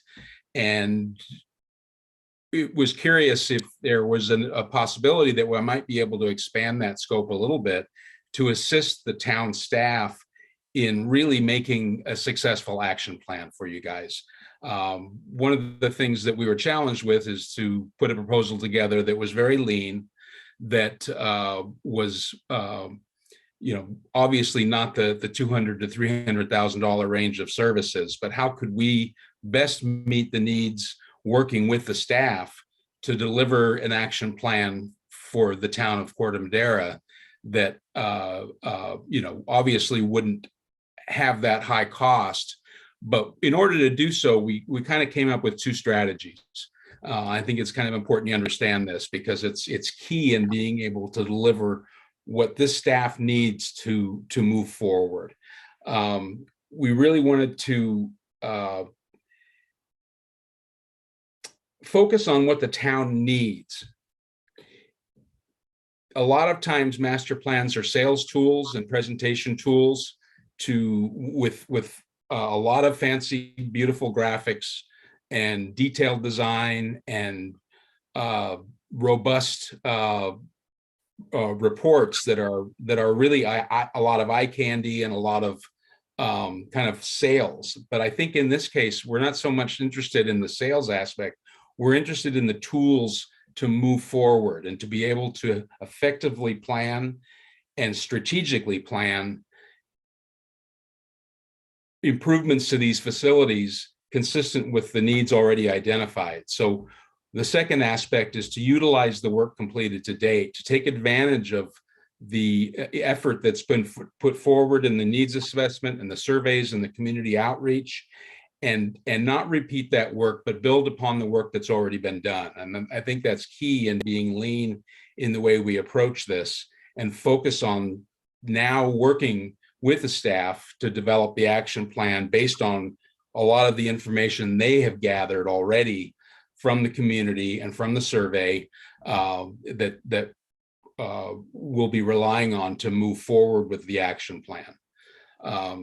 I think the needs, the facility assessments is a kind of a useful tool in two ways for you guys. One, it develops a list of specific scope of work that's really needed for the existing facilities. But secondly, it actually gives you a tool to make strategic planning a lot more effective and cost effective. Because if we understand what the needs are with the existing facilities, we can identify ways to incorporate additional need, address additional program elements, address what we find in the needs assessment and in the surveys. And as we're prioritizing how those needs get distributed around the parks and the building facilities, we can then take advantage of the fact that we understand those buildings, what some of their shortcomings are, what some of the high cost items are for maintenance and deferred maintenance, and try and wrap into scope of work that addresses both. And that's key, because so many times I've worked with agencies of all kinds that their deferred maintenance program is on a different track than their capital improvements. And what happens is you end up doing capital improvements, and unbeknownst to the people that were doing you address deferred maintenance, and unbeknownst to the people doing capital improvements, they end up tearing them out soon after because they weren't a combined, coordinated, strategic effort. So I think that's part of what we bring, is that understanding of both on the park side and the building side, how we can do this in the most cost-effective manner possible and get the community as much as we can. And we know the funds are going to be limited. So our goal is to provide steps that can be taken that aren't just pie in the sky, beautiful master plans that can't be achieved, but an action plan that can be picked away at as money is available, and make smart choices on addressing deferred maintenance with improvements, so that you can really stretch the dollars and go much further in delivering to the needs of the community.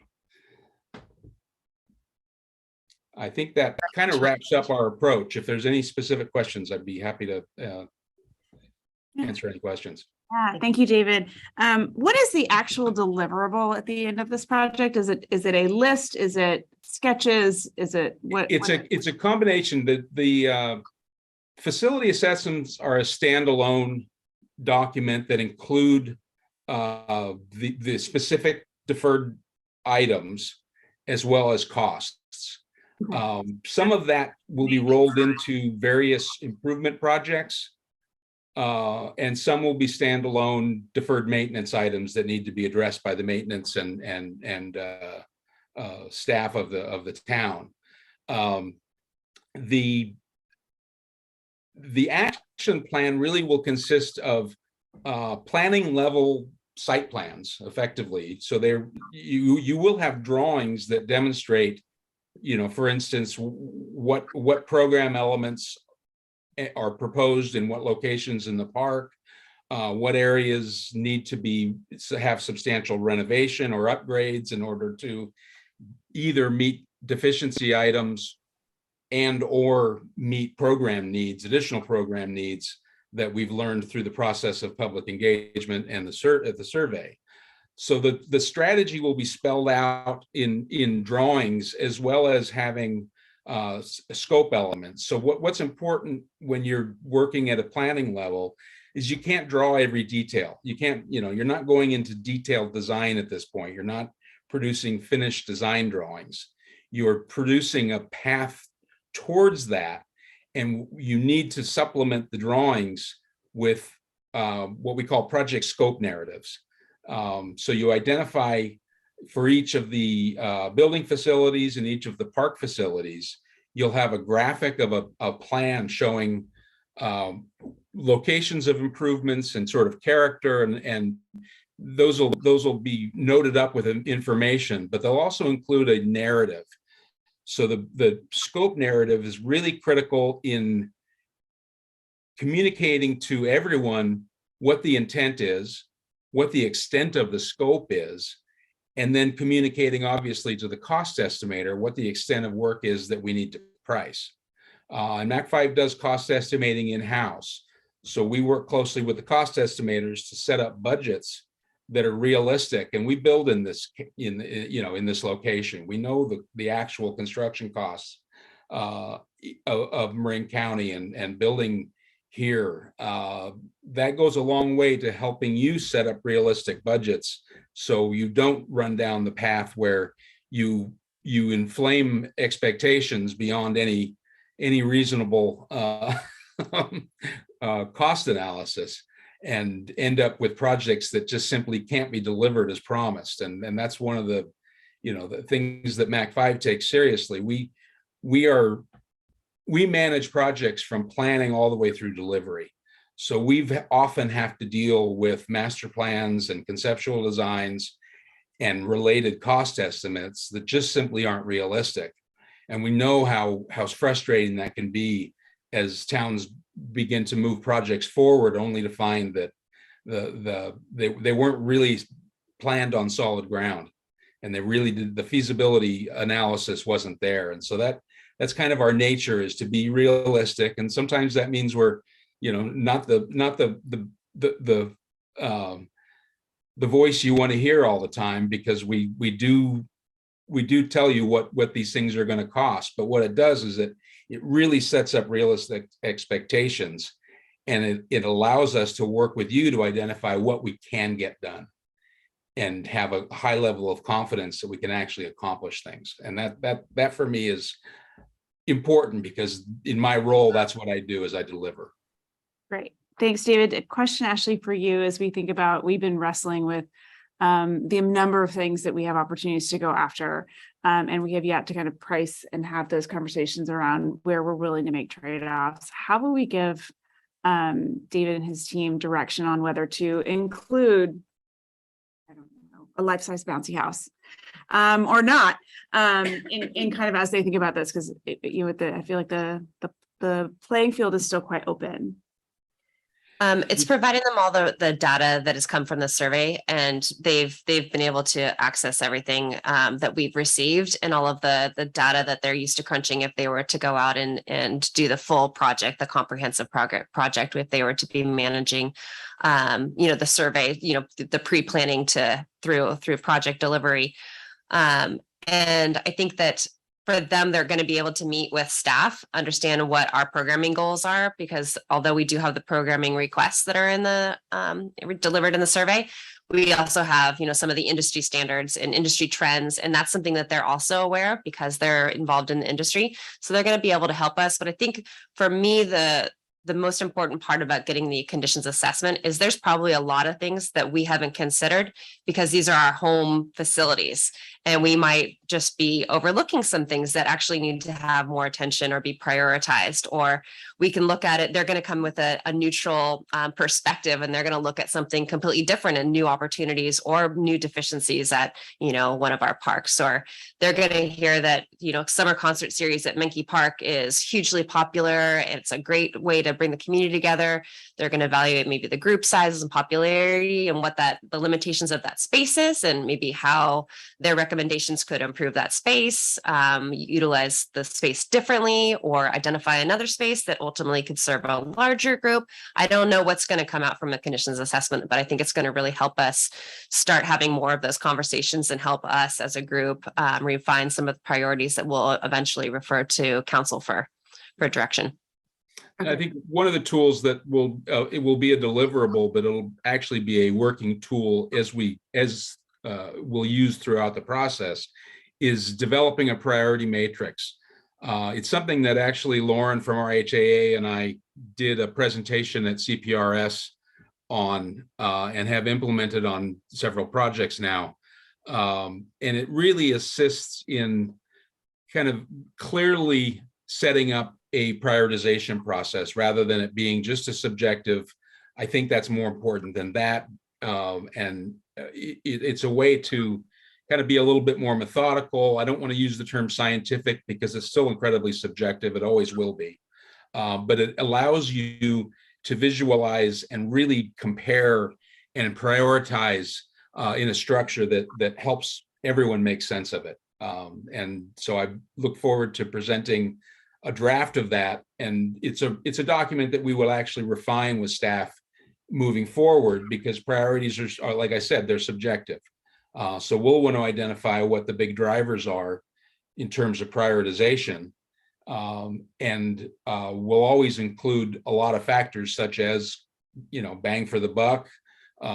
We have kind of the standard factors that we consider in a matrix, but we may add to that with some local factors, or every time we do it, it's a little bit different and it becomes a customized tool. And kind of briefly, if you will, because this is my first meeting as chair, and if I keep these folks too much longer, they're going to revolt on me. The RHAA group, do they have field specialists, athletic field specialists? You mentioned them being landscape architects. Yeah, absolutely.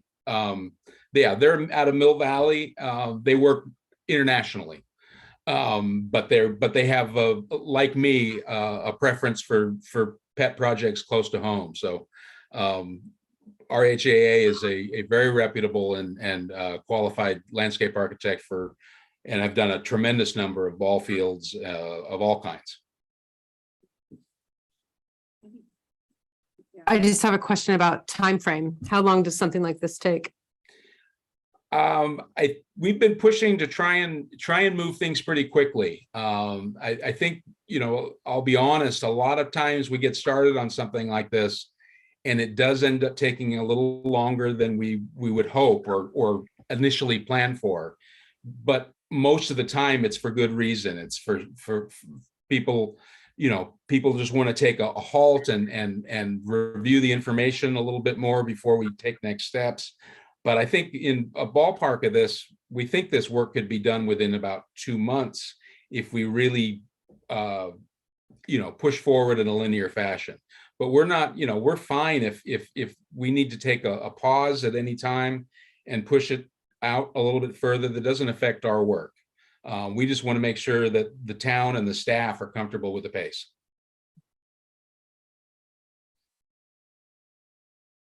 Other questions from the commission? So the item on the table is whether we go to town council with the request for engagement. Yes, to do the facilities assessment process. This is just to receive the information, and I think we do want to hear if there's any questions from the public too. Oh, sorry. Yes, questions from the public. Just to receive and Yes. discuss. Any public comment? Excuse me. I am seeing a raised hand from Patty Stolier and James Jordan. Patty, I will unmute you first. Give me a moment to get the timer back into the meeting. Okay, I am ready for you, Patty. It's just a quick second. I just wondered if there were any local municipalities that the organization has worked with. Yeah, we're actually currently working with City of San Rafael on a broader full master plan recreation facility scope that includes all of these components and more.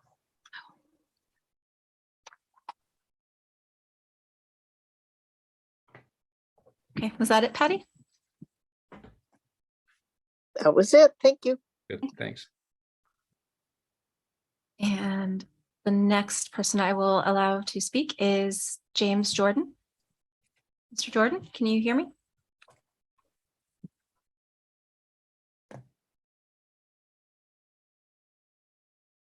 Can you hear me? Yes, I can hear you now. Thank you. I have a couple clarifying questions, please. I think it may have been Ms. Howe who introduced Mr. Ross. And in reference to ETC Institute, I thought I heard it said that the town paid $24,125 to ETC. I thought it was $48,250. And regarding Mr. Ross's work, was it said that that would cost about $75,000? And then I have one more question, and that is, I'm a little confused as to what facilities will he assess? Is there a list of them? For example, is it the park bathrooms? Is it the soccer field? Well, what is the list of things he's going to assess? Is there an existing list of facilities that are planned? Thank you very much, Mr. Jordan. To answer your first question, that is correct. ETC Institute has been paid $24,125 to date. I believe you might have referenced duplicating that amount. I'm happy to resend it to you. And then a question regarding the inventory. It's an inventory of our existing indoor facilities and outdoor facilities. Currently, outdoor facilities consists of 7 parks.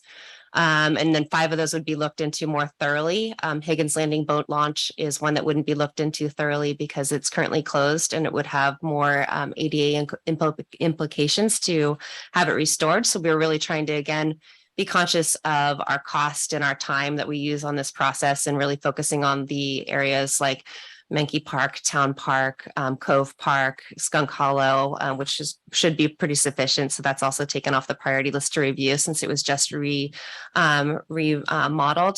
Granada Park.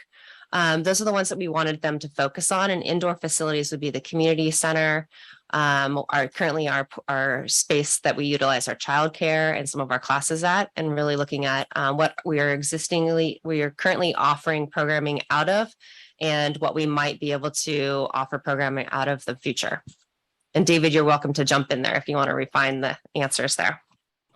Just wanted to mention that we also would be including some of the retail space that you're planning to use for potentially used for recreation programs in the retail area. And then regarding the total scope of the project, we are looking to enter a project that's less than $75,000. And one more question. Do you still hear me? Yes. Oh, okay, thank you. How does this relate to the Parks Master Plan process? Is this a part of it now, or is this something in addition to it? This is a component that supports the work that's done to date. So we've already completed a lot of the community engagement. So the preliminary community needs assessment, the survey, the workshops, the community engagement, the public meetings. And then this is evaluating the existing facilities. Again, like we mentioned, identifying some of the deficiencies as well as the opportunities, and then doing a cost analysis with it so that it can really help us refine our priorities going forward. And utilizing subject matter experts, we're hoping for, another perspective. Like I mentioned, we're looking at some of our existing parks, we might be overlooking some of the deficiencies and opportunities. So seeking out the advice of subject matter experts is what we're seeking in this process. Okay, thank you. Okay. Let me just check and see if there are any additional raised hands. And I'm not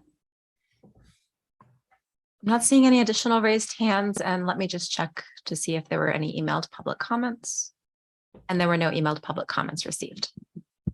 As this is just a consideration item, we don't need to motion or to vote. No motion. Awesome. Last business item. Verbal update and discussion regarding commission subcommittees and the formation of ad hoc subcommittees. Really quickly, we don't need a support. This is just an update. That was just an update to be received. But before we move on to the next topic, David, thank you so much for joining us. We really appreciate you sharing as our subject matter expert just a little bit more of what we can do to enhance this work we've already done and take us to that next level of prioritization. So thank you very much for your time this evening and patience. My pleasure, and thank you all. As we move into this next business item, I wanted to ask Louise to give us a quick update on master planning and where we are today. And then we'll talk a little bit about an idea around ad hoc subcommittees, kind of shifting gears a little bit from where we've been thinking about committees at large. This builds This builds a little bit off of what we just heard, but as a reminder, back in June, we shared out a summary of findings from the needs assessment survey and the subsequent community meetings and discussions that were had to identify and further dig into some of the priorities that had been identified for the master plan process. The work that we just heard about from David Ross is going to help to complement our findings and put those into perspective and help us to, I think, get a better sense of pragmatically what we should be focused on, where we should focus, and the costs associated with those.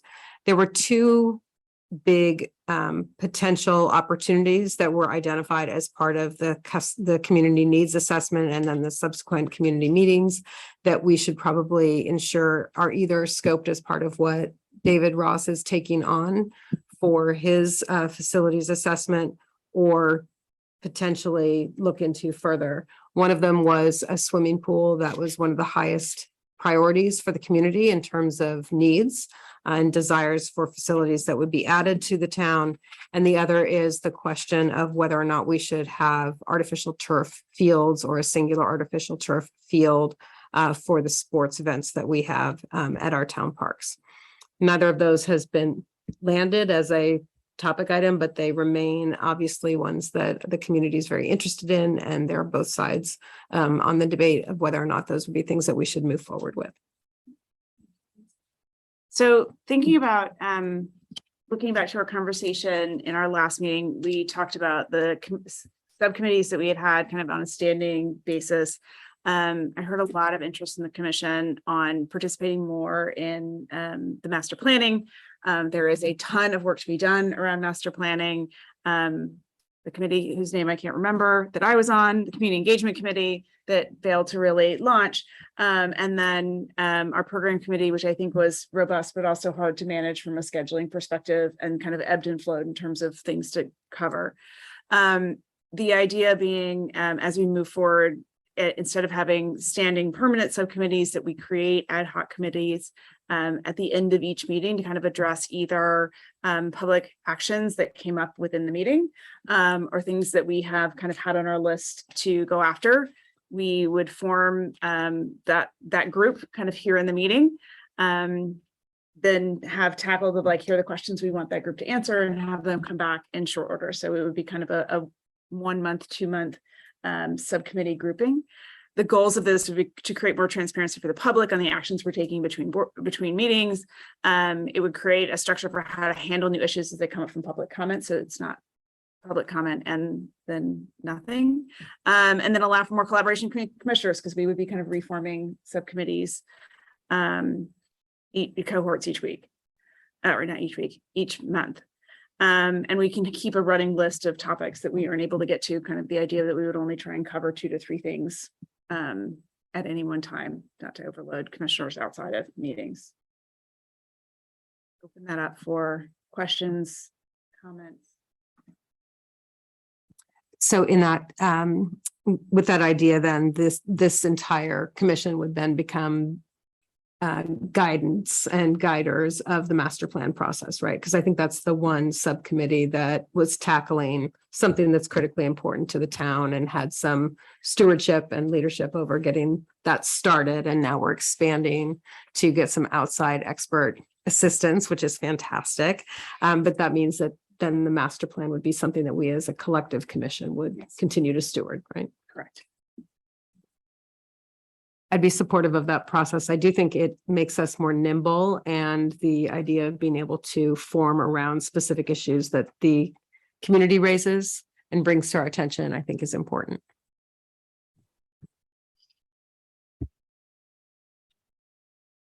I also really like it. And I just want to note that I think the reason we might be able to, if folks agree, sort of pivot to this and be more nimble, as Louise is saying, is because of the guidance that we had in that with our committees as they were formed, in particular, sort of hats off actually to Louise for guiding that. Like, I think we're now at this point where it makes sense to shift and to take topics one by one, divvy them out, talk about them. Like Walden was saying, at the end of each meeting, we get to sort of decide like, okay, what's a priority? Who's taking this? And I think that might invite a lot more discussion between us, which I'm in favor of. And then the public can also see with real clarity, like, what are you guys doing this month? And we report back either with answers or I'm halfway done with this. This is what else I see we need to do. So I really like the idea. I think what we heard from the last commission meeting too, when we were taking who was interested in joining which subcommittee, I think we had a lot of interest in multiple committees. And I think it's a great opportunity for our commissioners to get involved with a bunch of different activities and then hopefully eliminate some scheduling challenges if you have a standing committee. So especially for our youth commissioner who wanted to get involved with everything, I think it's a great opportunity to kind of cross-pollinate. And then also with staying within the Brown Act, adhering to only 3 commissioners working on something at a time, but yet still getting exposed to a lot of different opportunities. Any public comment?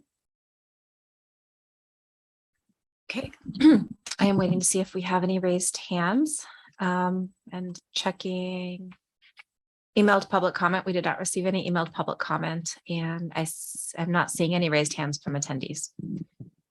Kind of following up on Louise's note about the outstanding items that are kind of hot, that I feel like we haven't fully landed. I would like to propose 2 ad hoc subcommittees for to form tonight.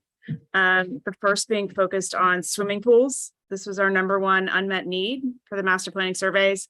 The hypothesis, the cost to build and run a swimming pool is critical to determine the viability of doing this. So this ad hoc subcommittee will be tasked with the following: determining the year built and cost to build 2 facilities in Marin, 1 indoor, 1 outdoor pool. Kind of the recommendation being finding out how much Mill Valley spent to build their community center and how much Marin was spent to build theirs. And then what it costs to run their facilities, either as a profit or expense. The second one being athletic fields, where we've had a lot of kind of active public debate on kind of the pros and cons. The athletic programs that are sponsored by Corte Madera Parks and Rec serve a large portion of the community and deliver revenue for Parks and Rec that can be used to fund other programs. So our athletic fields are important to kind of how Parks and Rec provides adequate facilities for the community members who are participating in these programs. But I do think that we need to develop a definition of what adequate fields means in terms of availability, size, levelness of playing field, amount of grass, whatever adequate means. Uncover key environmental factors we need to consider. We know that water is going to be an issue for us, but what are the other things we need to consider when we are supporting an athletic fields and thinking about the opportunities there? The cost to build and maintain artificial and highly rated grass field.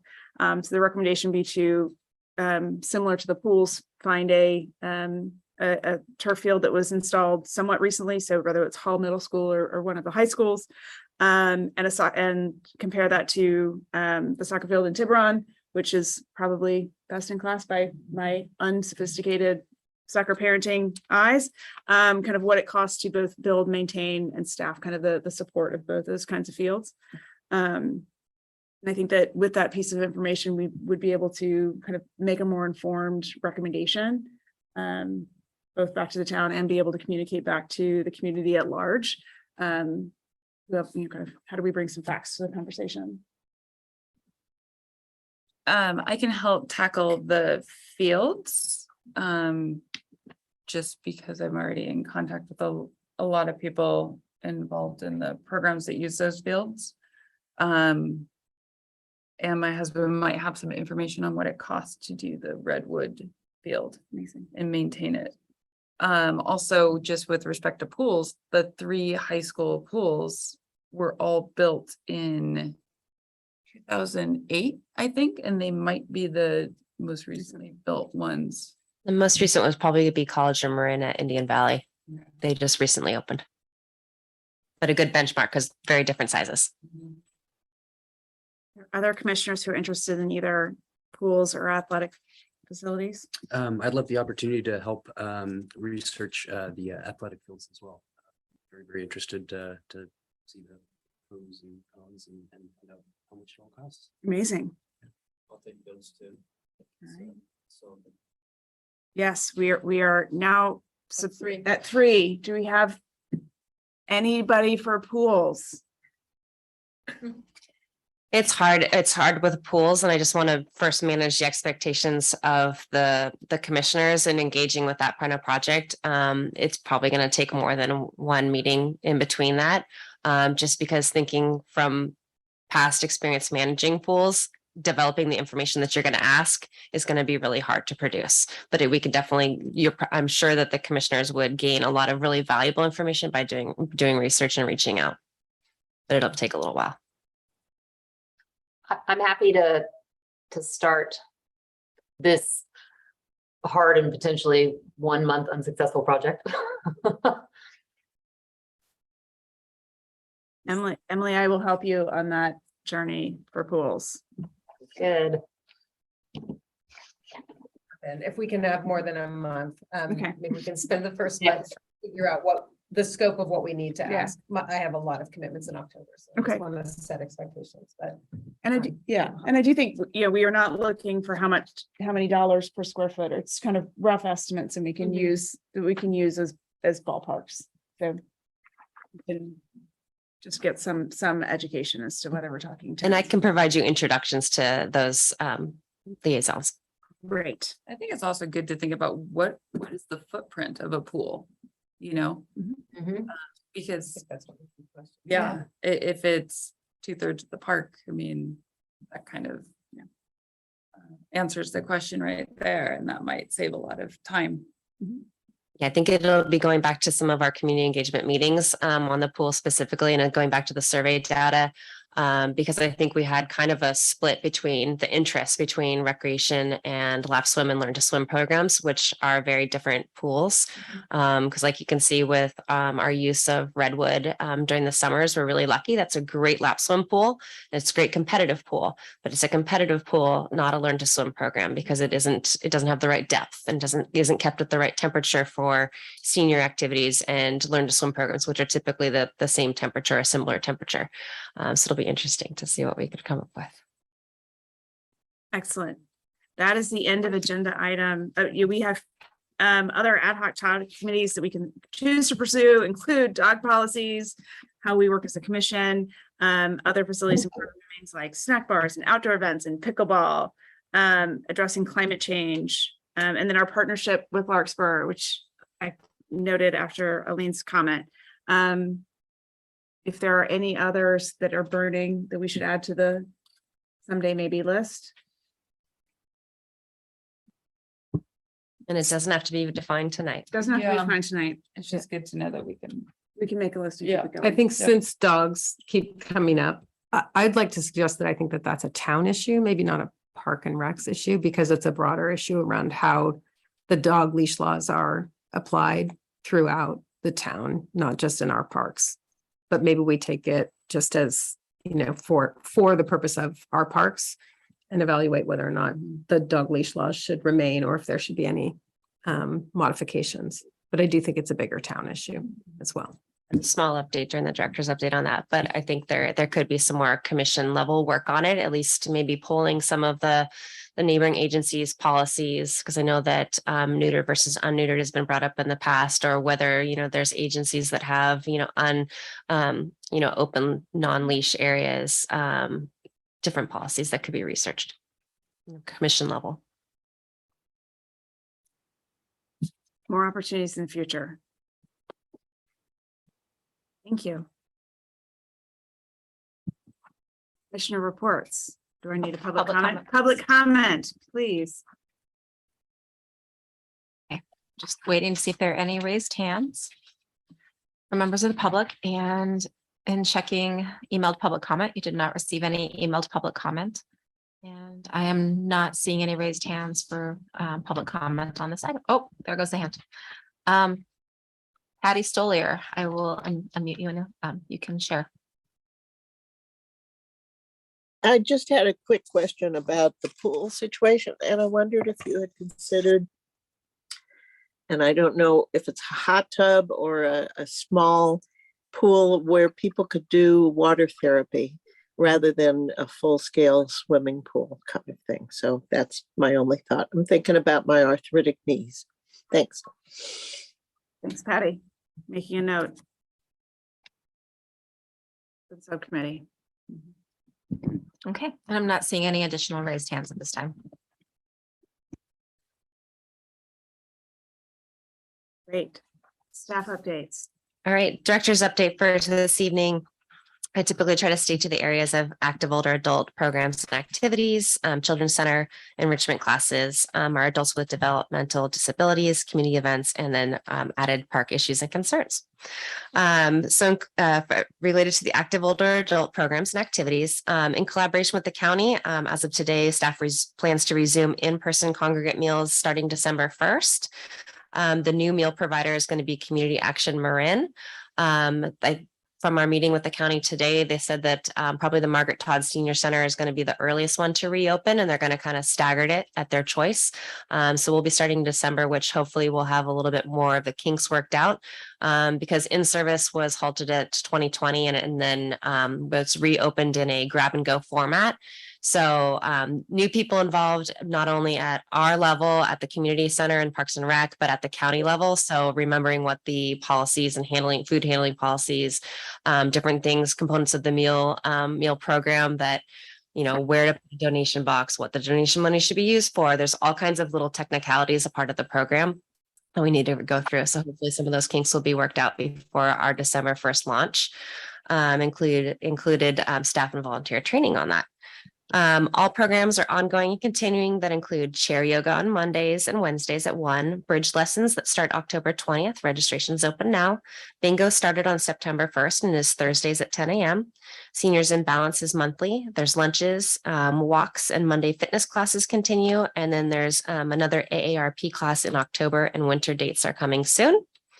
Moving into the Corte Madera Children's Center, highlights for September received 17 new participants, and those September numbers are 1st through 5th graders of 62, 21 kindergarten full-time, and 15 part-time.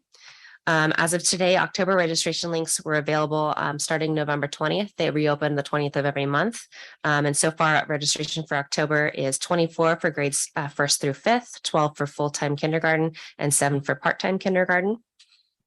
After school enrichment classes, there's currently 75 youth classes offered from ages 2 to 8th years 2 to 8th grade. Sorry, we've got years and grades.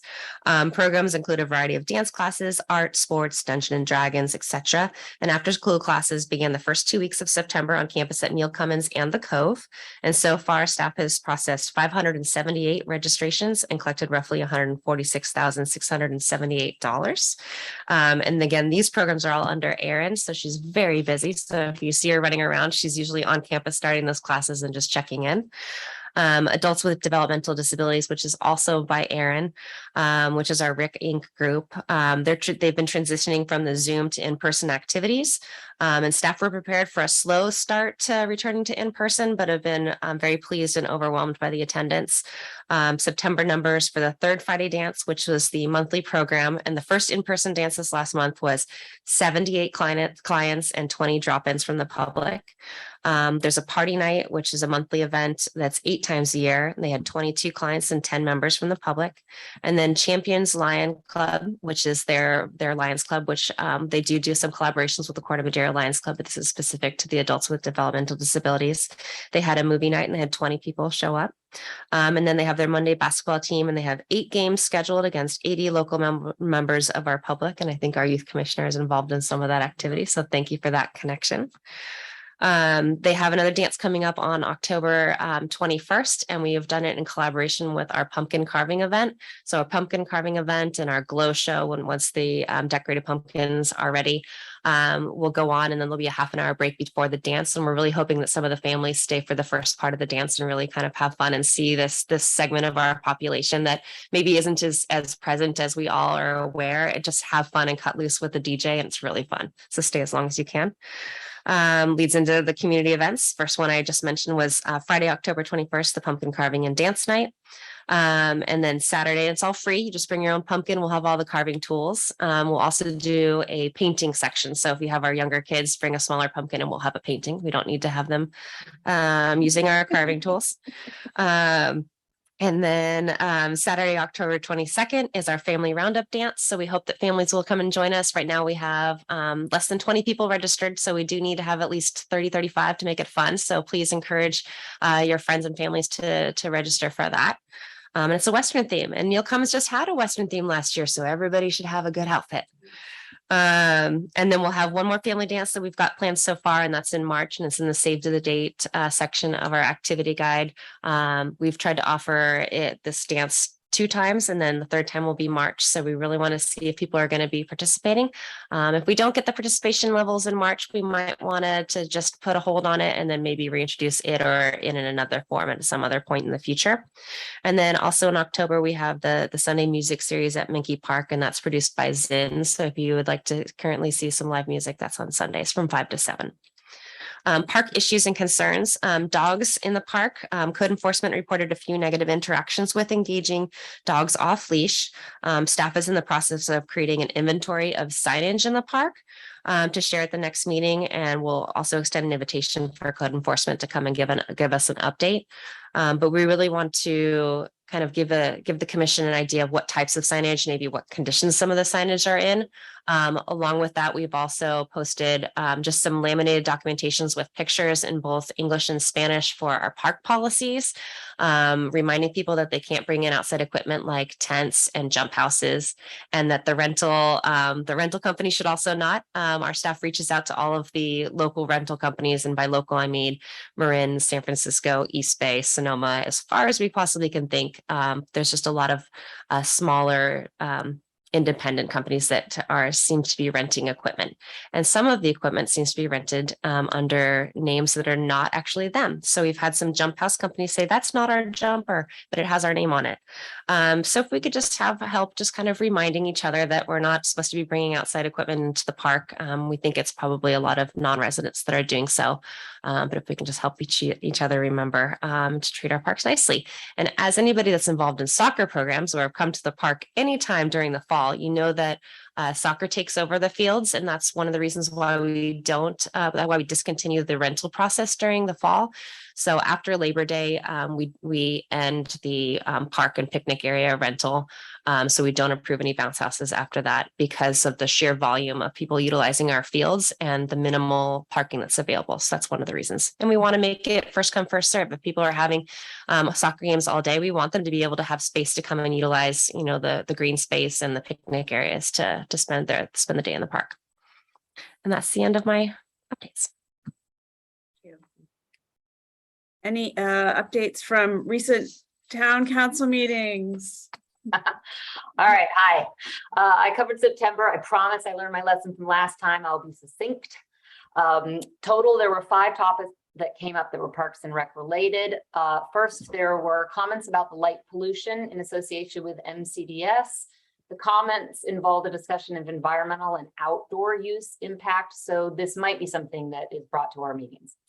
Second, comments were received that we received last month about dogs were reiterated. So a renewed request for revision of the law allowing for voice control was made, and another request for pilot program for off leash during certain hours. Third, age-friendly Corte Madera presented, explaining some of their activities. As many of you might know, the group assists its members with tasks. It coordinates with the Lions Club. It celebrates those over 90 years. What I didn't know was that they just recently celebrated 30 Corte Maderans over 90 years of age, which I think is amazing. Most directly applicable to Parks and Rec, I think, is that the group is actually identifying a walking map for its members, which will show paths that have, benches and are knee-friendly routes and things like that. So essentially, one of the other things it does that's important is it helps its members get out there and recreate. Fourth, keeping with the theme of getting out there, town council was asked for information regarding the responsible entity for Christmas tree, hills, stairs, and paths. and was asked to schedule maintenance to facilitate safe usage and recreation.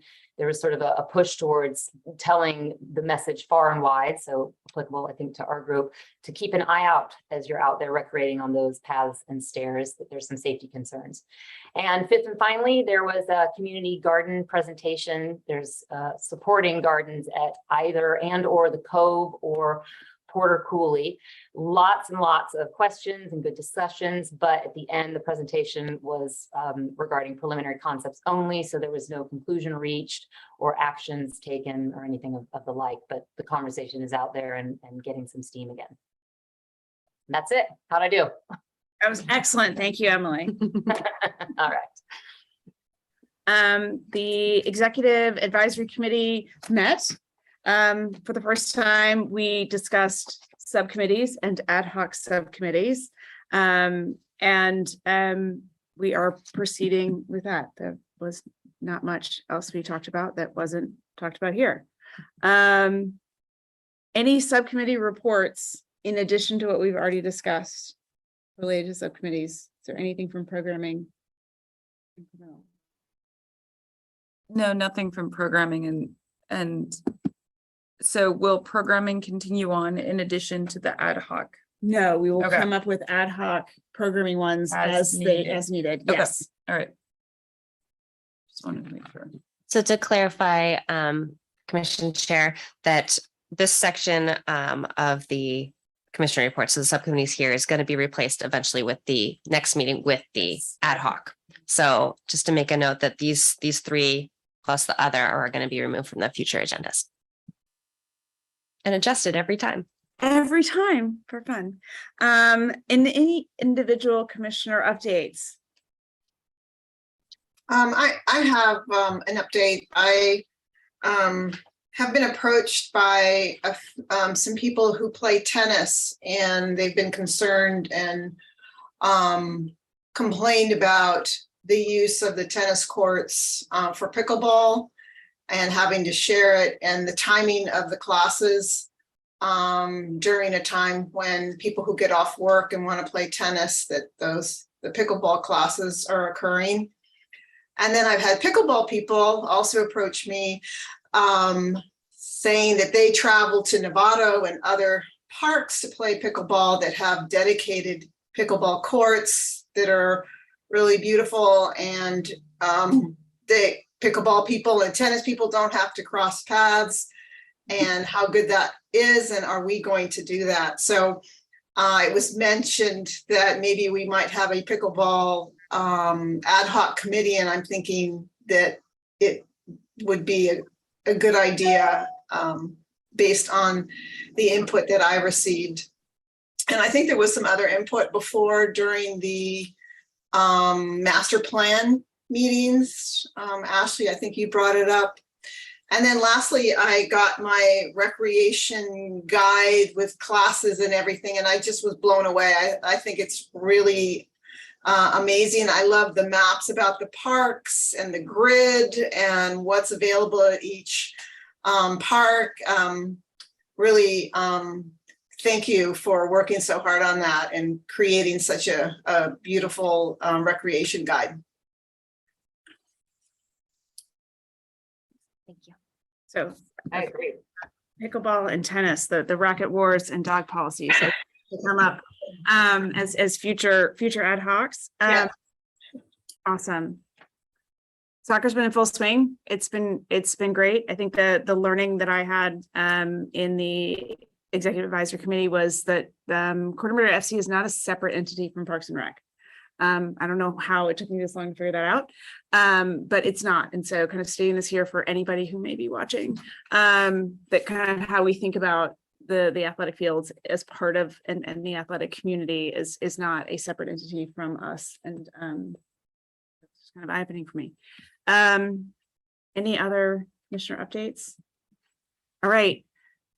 Closing that out. Routine and other matters. Are there any commissioners who would like to add more things to the agenda for next time? No. Would everyone like to go home? How do we close this meeting? Do I just gavel it out? Any public comment? Ready to go? cover up who's. Oh, yes. Upcoming town council meetings is, yes, Sarah's on it. And with that, we adjourn.